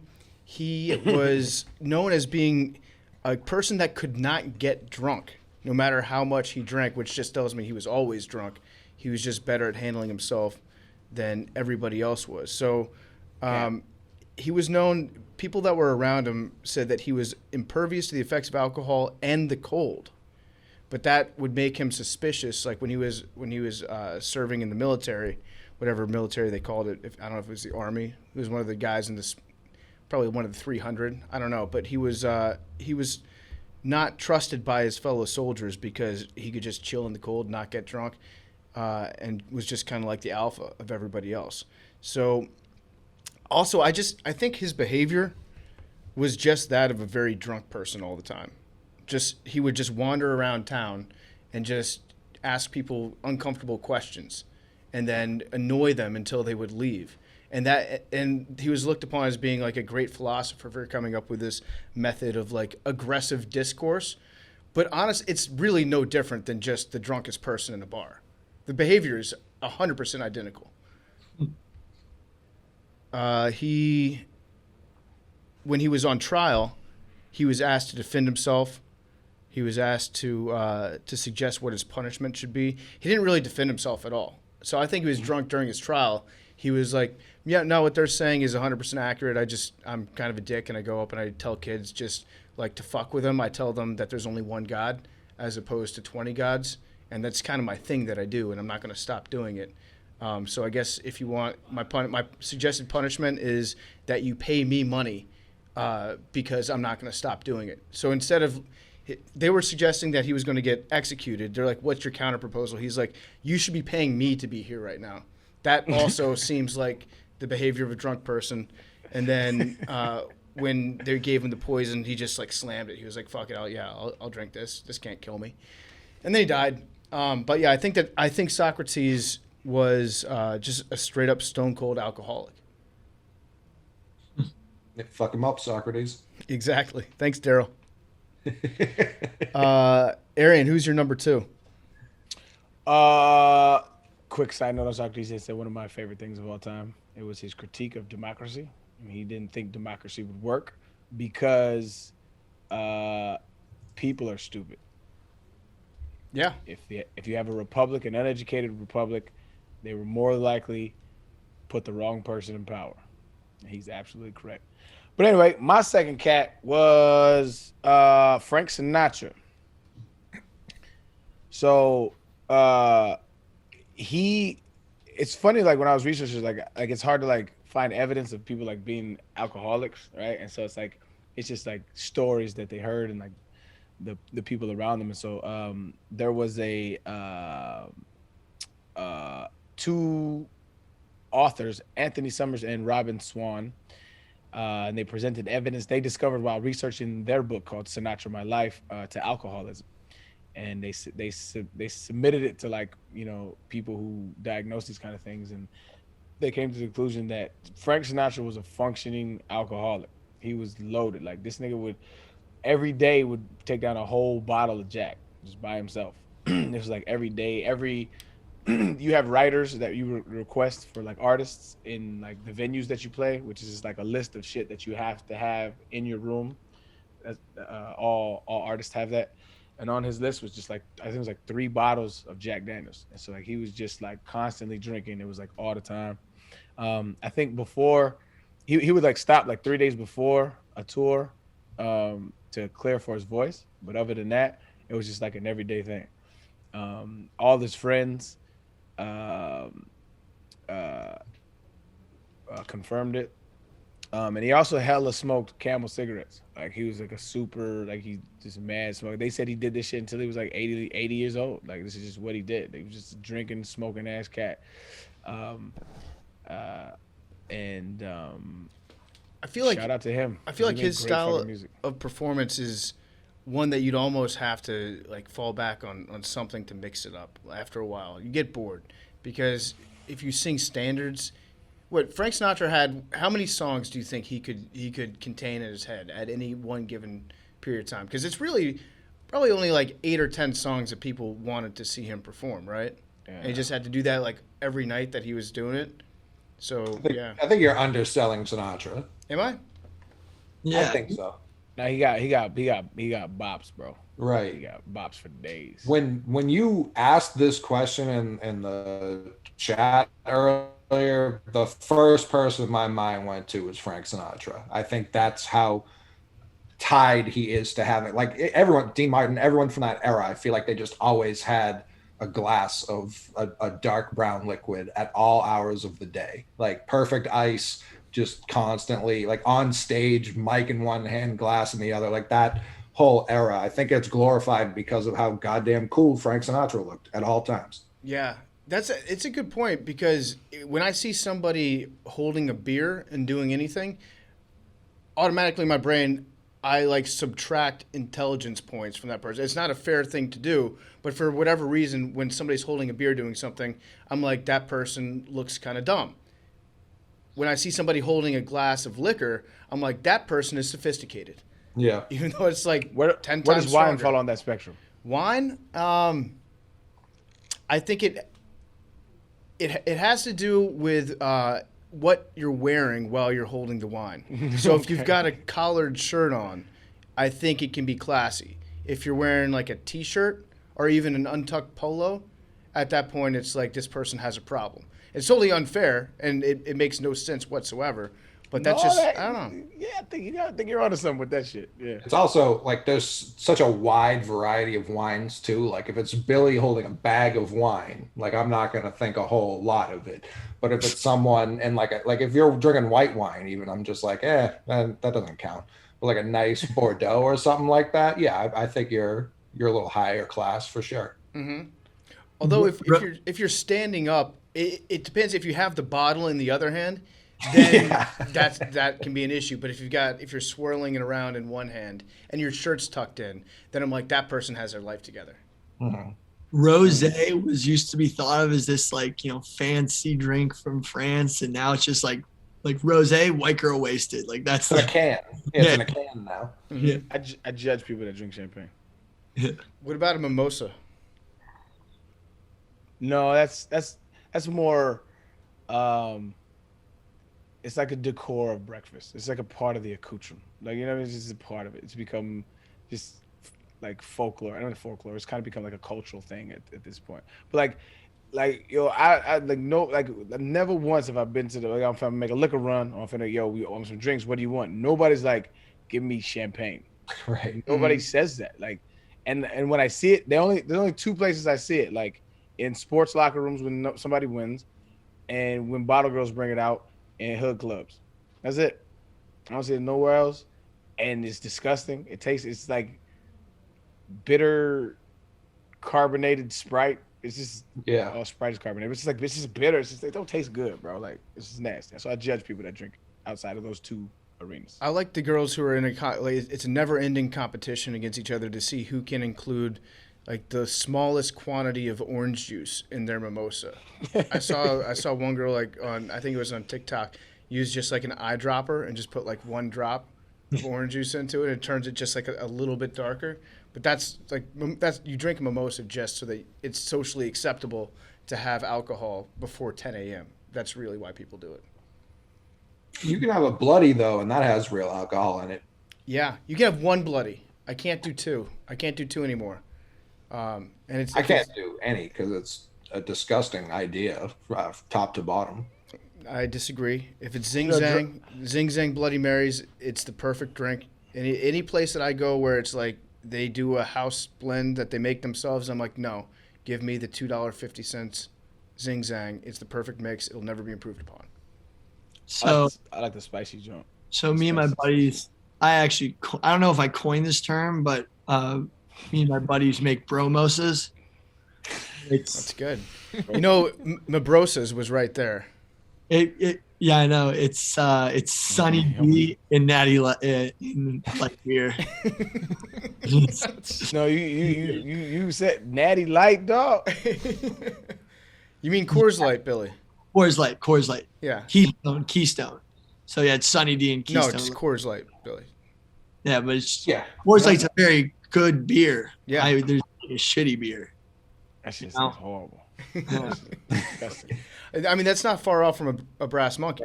Yeah. I have no idea what is that. Yeah, what's that? Oh, maybe me and my bros made this one up, but you take a 211. No, you didn't. You take a 211, you drink it down to the label, you fill the rest up with orange juice. It's a brass monkey. Now I've got to look up what a 211 is. Oh, a 211? Yeah. You've never had a 211 before? Steel Reserve? I've never heard of that. Wow. That makes sense. I can see how Yeah. he is. I googled the numbers 211. It says call 211 for essential community services. type in still reserve. It's high gravity, man. You've never had one of those? What's the worst? When you was broke as shit? What was the worst shit that you drunk? I mean, Mad Dog.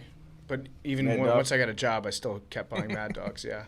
All right. What about you, Coley? I'm like, the thing that makes me feel the worst just off memory is Admiral Nelson, which is like low grade Captain Morgan. Okay, I ain't even heard of that one. No, it's bad. What you got, Big T?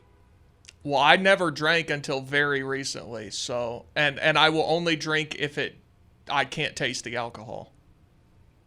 So like, Oh, so you so I Long limit Island myself iced tea. exclusively to mimosas, vodka lemonades, or anything like frozen. I can do frozen drinks. Love those. Mm-hmm. That's you like Mike's Hard Lemonade and shit like that's that. about it. I haven't actually had that, but Got you. What you got, Billy? Mr. Boston vodka. That's Or- bad, yeah. Boston vodka. Yeah. I think every region it's like bottled water. You have your own like shit lower Yeah. tier vodka. It's probably the exact same stuff with different labels on it. Where I was from, it was Aristocrat. I know some people do Taka vodka. Sounds like you're Mr. Boston. Coley, what was your regional cheap vodka? Oh man. I mean Rubinoff. It was definitely Rubinoff. Vlad, is that one too?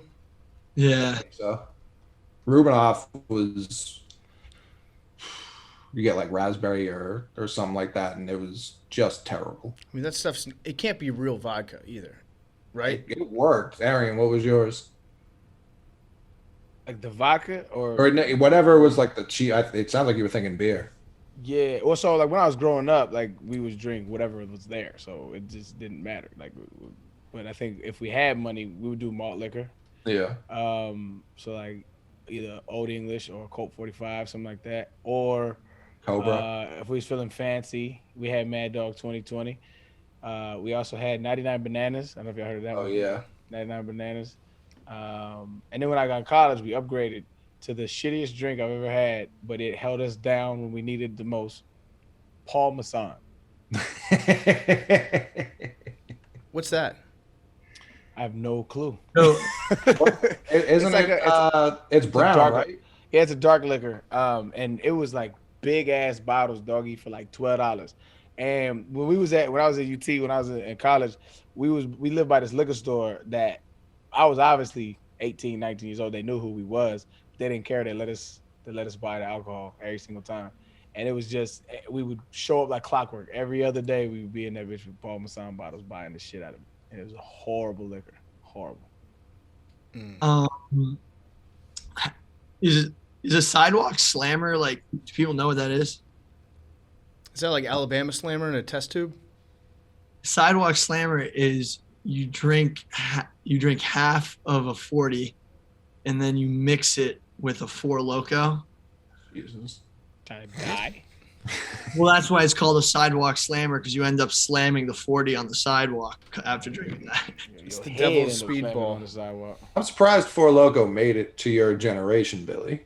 Well, Yeah. we got the renovated Four Loko, Yeah. which doesn't have caffeine, and so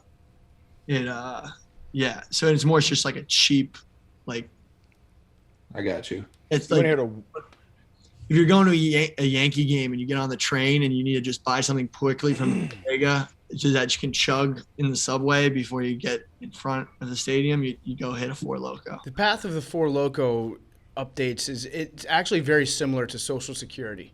It's like Billy's generation is going to get like this shitty watered down version. You'll never know the good shit where we could knock back and just buy 2 of those and have a great night.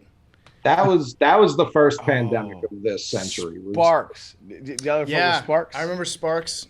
That was we used to kill them shits. Yeah, Sparks walked so that Four Loko could run. They were the original. It was like what 8% alcohol in a can that looked like a battery, an orange battery.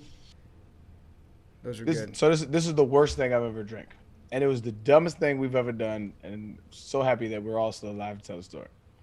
So we were like all college kids, whatever. We were like, we gonna get fucked up tonight, like extra fucked up tonight.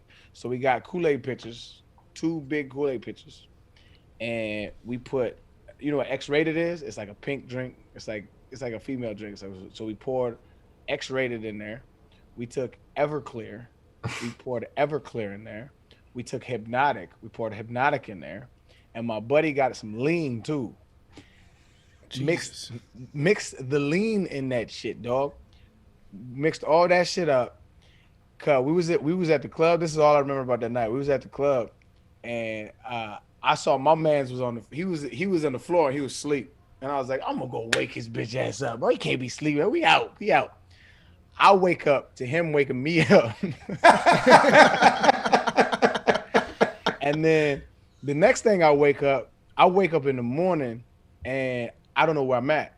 Like I thought I got kidnapped because I'm like, yo, I'm in the back of some car and I don't know where I'm at. But my buddy, we always parked in the front, but apparently there was no room. He just parked in the back. And I had been living there for like a year and had never been in the back. It's just happenstance. So I didn't know where I was, and I looked around. I was like, this looks like my neighborhood. So I woke up in the car. They left me in the car. I was asleep. I slept in the car. Stupidest shit we've ever done. I've never done that shit since. Jesus. So when you thought you were waking your friend up, you were dreaming that? No. I was on the floor doing my little boogie, right? Uh-huh. Doing my thing. And I saw, and I was like, he's asleep. I'm going to wake his bitch ass up. He's not getting out of this. We partying. I wake up to him waking me up because I went and sat next to him, and then I fucking fell asleep. Dog. Yeah, if you've never had a memory PFT of you like having a thought, taking a step, and then that's the last thing you remember. I don't know. I feel like my memory goes backwards and deletes whatever my last memories were right before I pass out usually. But that's probably for self-preservation.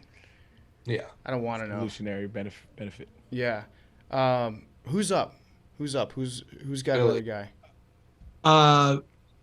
Oh yeah. So Alexander the Great. Alexander the Great was a big boozer. Oh yeah.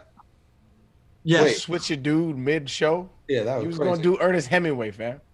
Father's Day is right around the corner, and the Barstool Sports Store has got gift giving covered for you this year. You can go over there, get your polos, quarter zips for the golfing dads. You can get T-shirts, you get hoodies for casual dads. That's what I want to be. I'm going to be a casual dad, casual AF. You can go to store.barstoolsports.com, find the perfect gift for your dad. Find it today. Don't forget about dads. Dads are people too. Get your dad a Father's Day present today at store.barstoolsports.com. I know, but I forgot who owns. So I had to pull someone else out as one of my backups. Yeah, Alexander the Great was once huge boozer and once threw a huge drunken orgy and burned down the whole Persian palace. He had a palace in Persepolis, which was like a very famous Persian palace, and he had a drunken orgy and burned the whole thing down. That's pretty cool. Like he was very highly functioning as he was the owner of the largest empire that the world's ever seen. So when you own everything, it's almost like you ever get so drunk that stuff just starts catching on fire. If there's no place else for you to conquer in the entire world, it's like when you get drunk, you actually have the ability to just like fulfill all your most self-destructive or destructive tendencies and wishes. And just having like getting drunk and fucking until a city burns down sounds pretty cool. Yeah. And then Ernest Hemingway was also like renowned booze hound. Like this guy during World War II, the United States military tasked him with sailing around the Caribbean to hunt for German U-boats. So he would get in it, and he loved fishing. And so he would get in his boat. He had 2 Tommy guns and would just spend all day just drinking, fishing. And if he happened to see a German U-boat, he would just light up the side of it with the Tommy guns. Ridiculous. What position is that in the military? Does that still exist? I don't know. That's the top. There's no higher position in the military. Literally, yeah. Literally, he'd come to the docks, and the U.S. government paid for his boat and all of his fuel, and he would just go out every morning, fish and drink all day, and then shoot at German U-boats if he happened upon one. And someone at the military was like, look, we need this man to be out there. He's essential to our fighting force. No, Coley's absolutely right. You have to have a job like that at the very top so that everyone is always working their way towards something. That's better than being retired. That's retirement on steroids. So if you're like the chairman of the Joint Chief of Staffs, that should be your gig. You don't even have to wear a shirt to work anymore. You just go out in the Caribbean and you just light up grouper. Exactly. Yeah, just get drunk and shoot at the water. That's the Germans were never prepared for that. Really, that's what I would want to do in the military. Oh yeah. Probably solve like some of the recruitment issues too. Like if there was you know what they should do, Coley? There should be a lottery where like 1 out of every 100 people that volunteers for the military gets that job. And so it's like getting the vaccine where like we're going to give $1 million to somebody that does this thing we want them to do. So there's just a possibility that you could just spend your entire career hanging out on the open seas, just fully, your belly full of rum and ham. The U.S. military actually funded this man's booze, arms and ammunitions, bazookas, and fuel in the boat. And we're like, yeah, we're paying for all this. Go do your thing. Well, they were going to pay for somebody to do it. I mean, Yeah. Jesus. Dana. All right, so cut that because I know what Coley's next one is. My bad. Well, no, it's fine because I am going to change it because I don't really want to give Dana the respect of an entire segment dedicated to his alcoholism. I was going to say Dana Beers, but someone I do actually care way more about, and it's had a far greater impact on my life, Hunter S. Thompson. Hunter S. Thompson. It might be cheating, PFT, if you want to overrule this one, anyone, because he was on all of. If it was a substance, he was putting it in him. Mm-hmm. He had no reservations of that. But I do think the most consistent crutch he leaned on was alcohol. I'm not gonna do the hack thing and read that fake newspaper report about like his daily routine. The Chivas and the cocaine and all that shit. His daily routine wasn't terribly far off, but Hunter S. Thompson, I mean, you talk about, I believe, the greatest American journalist there ever was or will be, and someone who just truly didn't give a fuck about deadlines, or that's when you know you have a position of power, when it was like print media and only print media, and you had to get things in by a certain time, and he was just like, they'll wait for me. They'll run it when I'm ready. That was the power he wielded every single time he sat down at his typewriter. And he was just fucking hammered. He would just get drunk and go and take some psychedelics and wander around the Kentucky Derby. He would just go to, he'd follow Ali wherever Ali was. And he was just like, this is sick. I'm going to just be shit-faced and lay in a pool. I'll get to he'll wait for me to fight. Yeah. Yeah. He would have to have like those giant, almost fax machines delivered to him wherever he was. But since he basically ran whatever paper he was working for at the time, he could fly to any country and then make somebody drop off this piece of like super expensive, tough to ship equipment. The Filophone?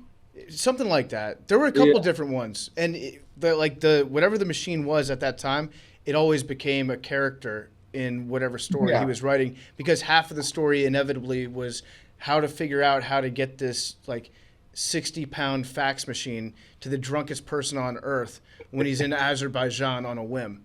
And then I would read that. I would actually read a story about just how Hunter S. Thompson came to find himself in whatever room he was writing that story in at any given time. And that's all that you needed. It just so happened he was good at actual journalism too.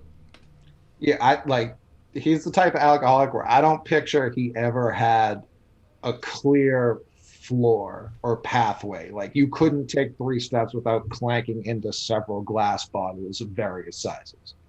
Mm-hmm. And you can also judge like how big of a booze hound somebody is based on what their booze hound friends say about them. And so Jack Nicholson probably was the best example. He's like, I love Hunter, but I can't hang out with him every day because he's just too much. It's like you're out partying Jack Nicholson. That's like out smoking Snoop Dogg. Right. So yeah, he's a legend. That's a good call. I've got a couple of honorable mentions, and we can get back to the list, but I want to make sure to include these guys in here. Well, first is Cleopatra. Let's put a lady on the list. Cleopatra was known as I think she was called like the queen of the partiers or some. There was some Egyptian translation. I'm trying to pull up what it was, but she was known across the entire Roman Empire at the time as being like just a hardcore party girl. And it was because people back then, you really only women only got drunk if they were at elite positions of power, because otherwise it was looked at as being unclassy if like a poor person was drunk. But if a rich person was drunk, it was like the classiest thing that you could do. And so I also kind of struggle with the fact that it seems like Marcus Aurelius, I don't know how you pronounce his name, Aurelius, and Julius Caesar both like came back after getting her pregnant, and they were both like telling stories about like how she had this like hypnotic spell, and that she would just get drunk and make them get drunk and then impregnate her. I think that was just like their excuse, being like, I had sex with this woman I wasn't probably supposed to be sleeping with at the time, but it's her fault because she's so good at drinking that she made me do it. She also got into a contest one time with Marcus Aurelius. Yeah. It was a bet that she had in a society that she called the Inimitable Livers. Basically, she made a club talking about how strong her liver was, and she said that she would be able to eat and drink the most expensive meal possible. And it was like a contest that they had. She told Mark Antony actually she could devour a single meal worth 10 million sesterces, which in modern terms equals about $15 million for one meal. So it was a pretty normal meal, like, pretty normal for a queen. Probably had a nice little spread out there, a few different game animals, some figs, things of that nature. But then at the end, she had one of her servants bring in a goblet of vinegar, and she dropped a gigantic pearl earring into the vinegar. So the biggest pearl earring that they had in Egypt, she dropped it into the vinegar, which dissolved the earring, which she then combined with wine, slugged that wine, and that was probably like a $13 million drink that she drank. So that's kind of cool. That's a pretty sick flex. Kind of wild, actually. I got a couple throughout there. Benjamin Franklin, he was quoted saying, "Beer is living proof that God loves us and wants us to be happy." And Winston Churchill, he was. We really gonna let this guy get away with this? You knew that Big T wanted to talk. Yeah, No, go for it. No, I want Billy to go for it. I want Billy to do it. You knew Big T wanted to talk about. I thought we forgot. You thought we forgot in the middle of the show? Yeah. All right, no, we'll let Billy do it. No, do it. I that's all I was just gonna throw his name out there. I didn't actually. No, you do Winston. Get him, Big T. No, he was for the whole war. Fuck off, Billy. Go ahead, Big T. Big T, I thought we forgot. Big T, go ahead. Okay, so I had Winston Churchill. I don't actually care, Billy. I'm not mad at you. So you really gonna let this guy get away with this? Well, I mean, we do have evidence in writing. Sir. Where's the manager? I actually thought he was kidding. But so Winston Churchill's an interesting one because he drank a ton, but nobody ever actually saw him drunk. A lot of historians think he actually, like, we talked earlier about Snoop Dogg, like, smoked himself through to the other side. Winston Churchill just drank his way through to the other side to where he couldn't get drunk. Like, he consumed so much alcohol that his body had such a tolerance for it that he could just drink all day and be totally fine. In 1908, the year he got married, somebody has like a ledger of all the alcohol that he ordered. I guess like, whatever, however that worked. 9 dozen bottles and 7 dozen half bottles of Pol Roger champagne. So Arian is not a fan. 6 dozen bottles of Saint Estephe, something like that, red wine. 5 dozen bottles of port, 7 dozen bottles of sparkling Moselle white wine, 6 dozen bottles of whiskey, 3 dozen bottles of 20-year-old brandy, 3 dozen bottles of vermouth, and 4 bottles of gin. And that was over the course of a year, and that's probably nearing, 600-700 bottles of alcohol. So in the morning, he would have white wine with breakfast. Then his favorite drink was a whiskey and soda. He'd have several of those throughout the day. He'd have something different with lunch depending on what food he had. Then he'd have a brandy after lunch, and then he drank champagne, quote, by the bucket at dinner. Mm-hmm. And yeah, he just really loved having alcohol on him at all times. But he wasn't drunk, and he liked playing into the image that he was a drunk. Like when people would bring that up, he would kind of play into it, even though he really wasn't. Mm-hmm. He enjoyed people having that image of him. And Hitler was stone cold sober. And Winston Churchill was hammered all the time. So I thought we discussed that Hitler was not. Hitler was sober. On alcohol, I'm saying. Oh, okay. I was like, you're right. Stone Cold sober. Stone Cold sober is not the term I couldn't understand what he didn't drink. Okay. Hitler, I don't think he ever touched alcohol. He looked at it as impure. Interesting. And then he was going up against old Winnie T and FDR, who also liked a nice martini every now and again. Churchill always had a Jack and Coke on him. Yep. You know that meme of all the spiders, and it's like spider on marijuana, and it's like there's no web, spider on LSD, and it's like a crazy web. Yeah. Like leader on meth, leader who just drinks all the time. Like with both respective countries. Yeah, I got it. That's good. I like that, Billy. Did you have anything that you wanted to add about Winston Churchill, Billy? Oh man, he's just a homie. He was the homie. I wasn't trying to steal him. It's okay, Billy. Winston Churchill, the homie. I think that might be the first time anybody's ever referred to Winston Churchill as the homie. He would appreciate that. My favorite fact about him is when he would wake up, he liked to have breakfast in bed, and he really wouldn't get out of bed, especially during the bombing of England. He was just in this bunker underneath the streets of London, and they would just come in, bring him his papers, bring him his specially made tray that they had for him because he was so fat. They made a breakfast in bed tray that was cut out in the belly section so that he could stay in bed until like noon, and be holding his breakfast around his belly while he was taking up like important duties and dictating letters and things like that. What a legend. Yep. Old Winnie T. Who wants to go next? I think it's just Coley and you are left. Coley? Or honorable mentions? Yeah, do you have honorable mentions? I mean, it's really just Dana. Dana started off as a camera guy, editor. No one really knew him. And then he introduced alcohol into his life. He started doing beer tweets. And now this guy is a content electric factory. Mm-hmm. Dana, he drank his way into... I guess he drank his way into content. He was like, if I just get drunk enough... My problem is I haven't been getting as drunk as I could be getting.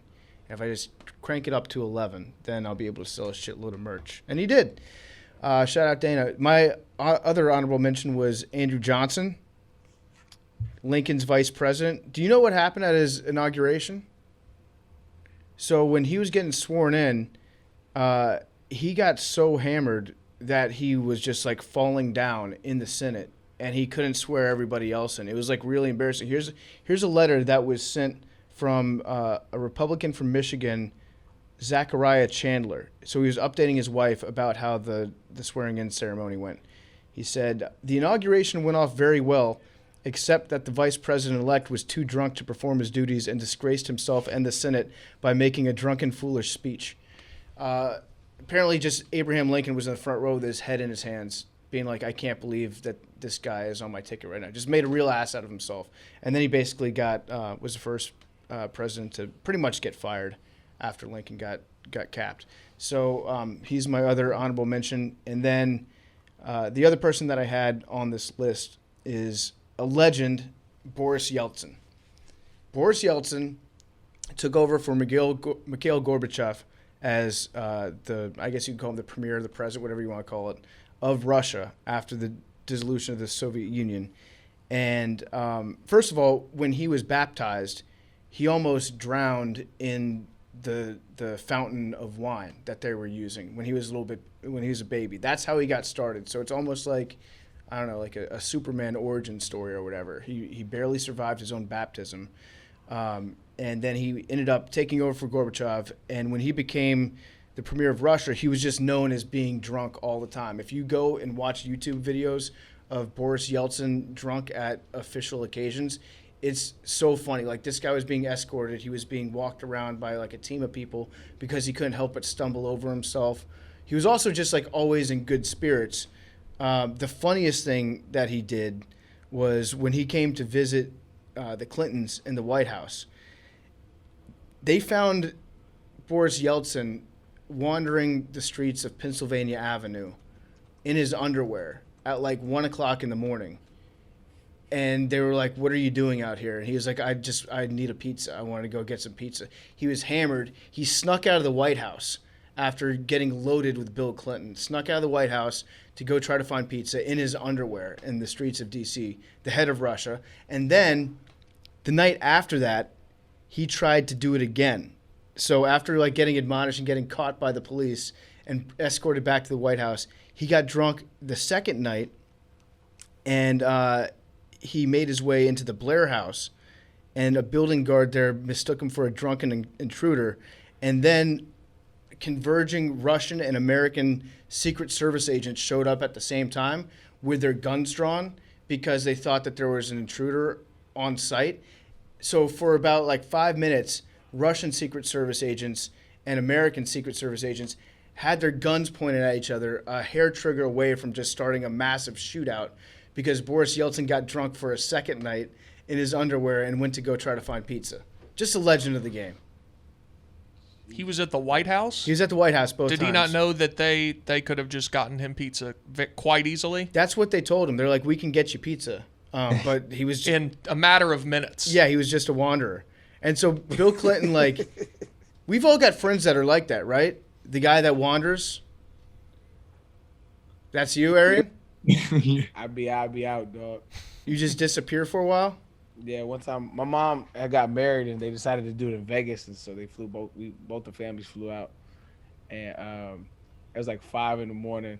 and they found me in, what was it?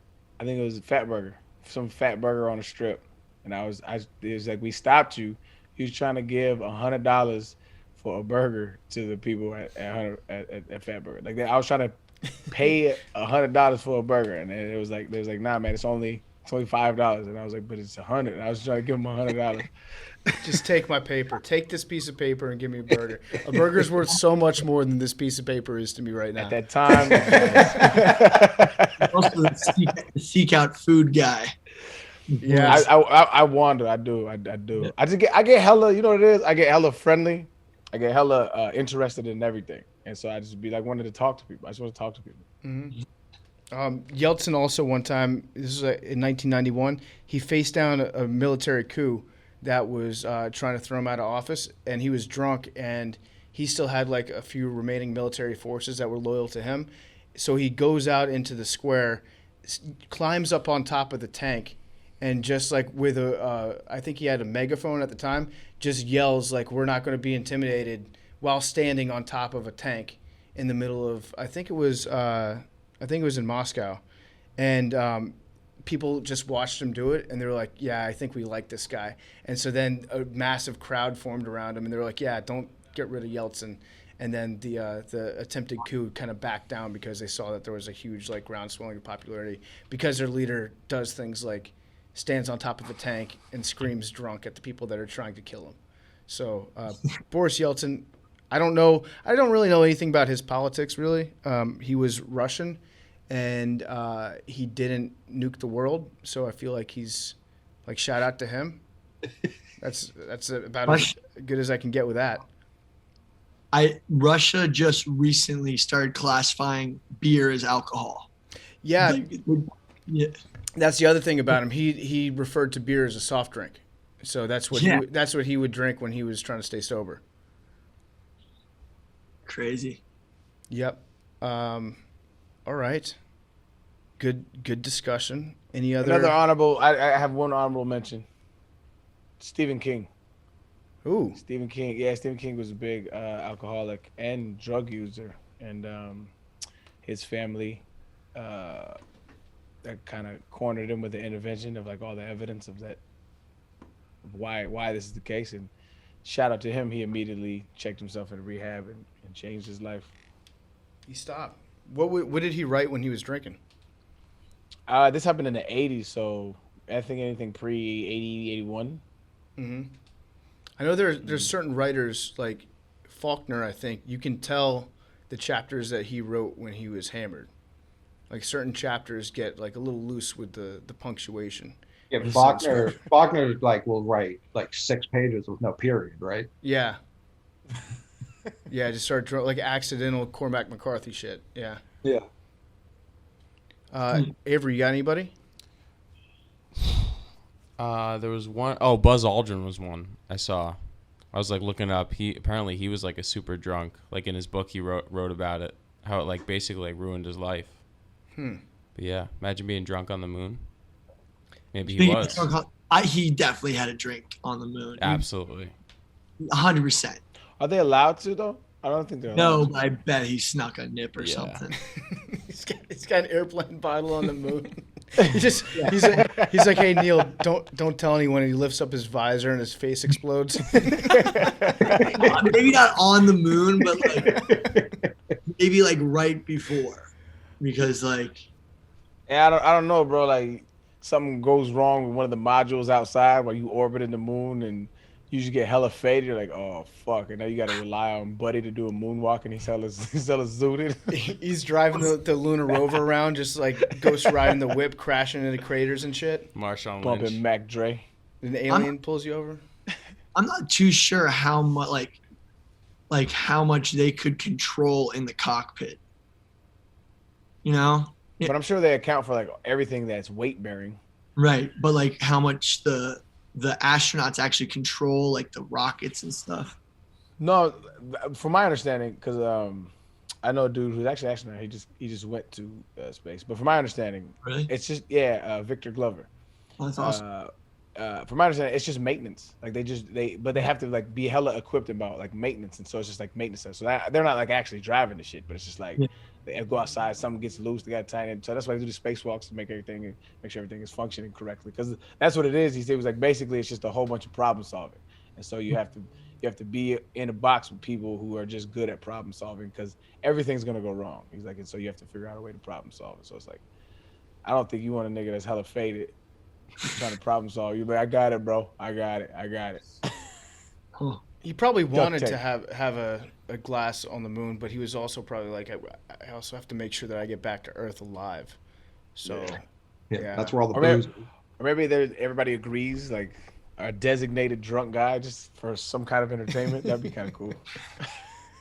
I think I would be good at that role.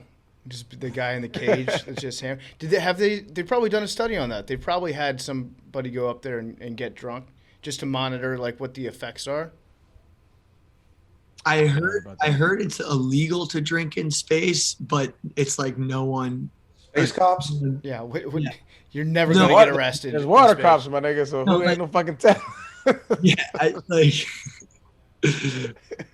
I read something and they're like astronauts. It's like they don't enforce that rule because they're up there together and they sneak alcohol in there. Could be. Now how? Wow. Imagine, I would love to see a jury that would convict me of having a beer in outer space. Like, good luck. I think that they would just like tip their hats and be like, yeah, I understand what the draw would be. Like, I have to imagine that NASA's probably wanted to study somebody like under the effects of alcohol in space. People have definitely fucked in space, right? Had to have. Yeah. Well, I think they have rules against that too, from my understanding as well. Like, I could be wrong, but like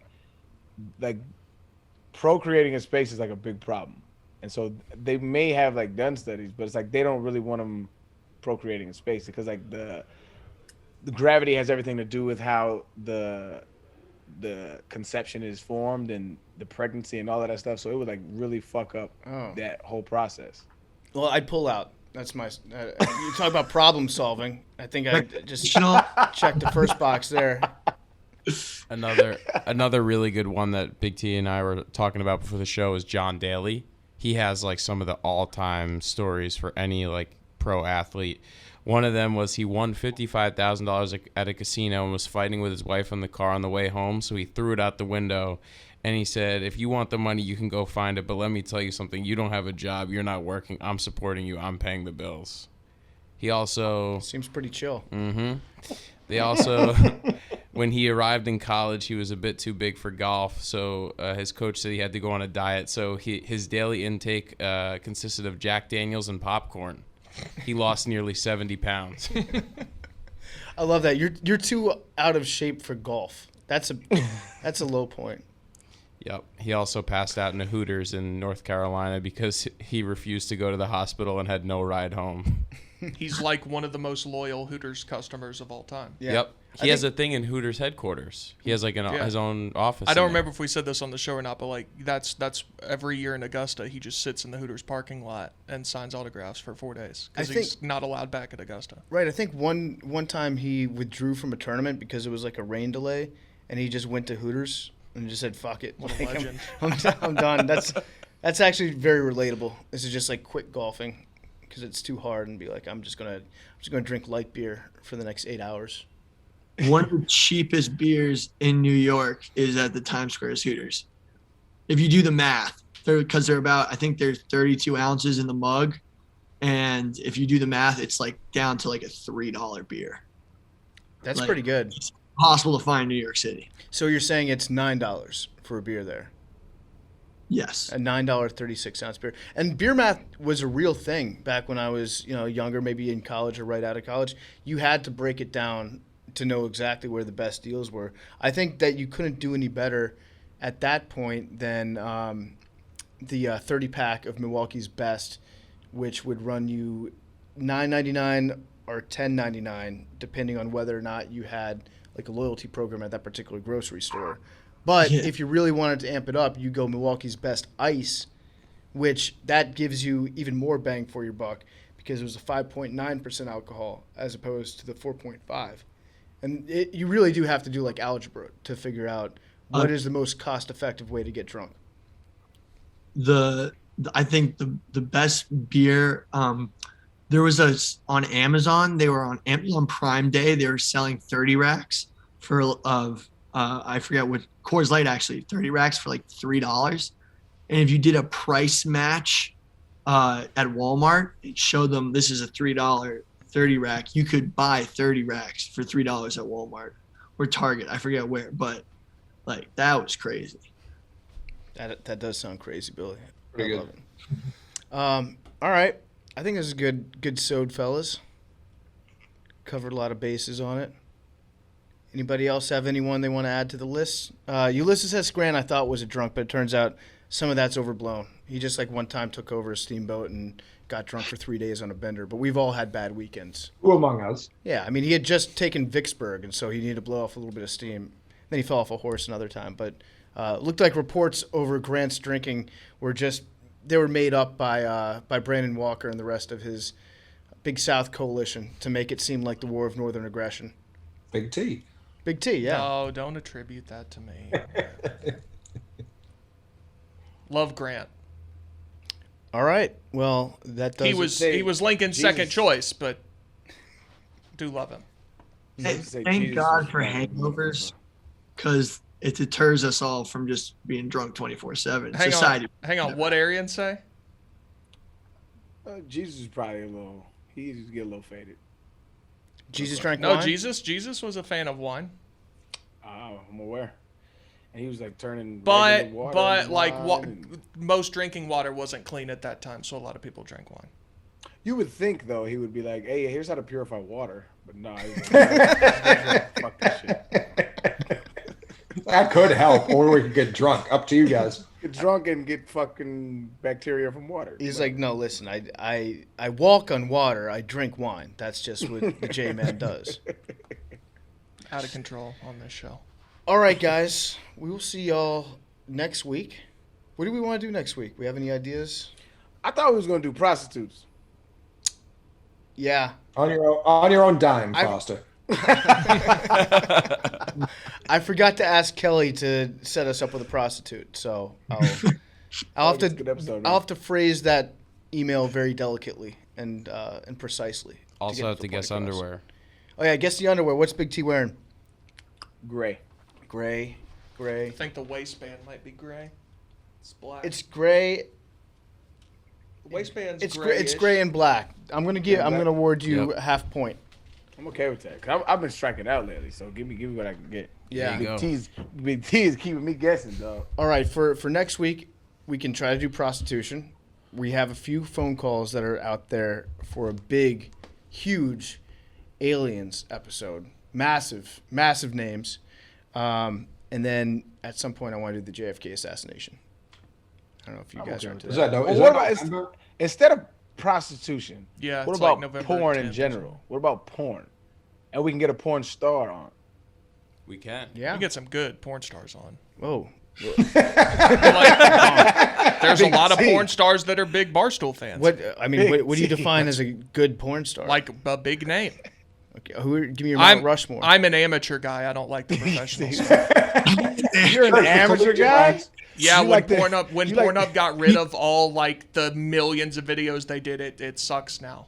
Wait, when they cracked down on No, stop that. They got rid of a lot of verified content that the creators were not happy about because they just expunged the whole system. So you prefer revenge porn? Nah, stop it. That's bad. Cut this. I mean, that's Cut kind of what you're saying. Cut this. Sorry, Mrs. Big T. We've tried to help your that's son so out. bad. New York City has its hooks in them. It's dragging them under.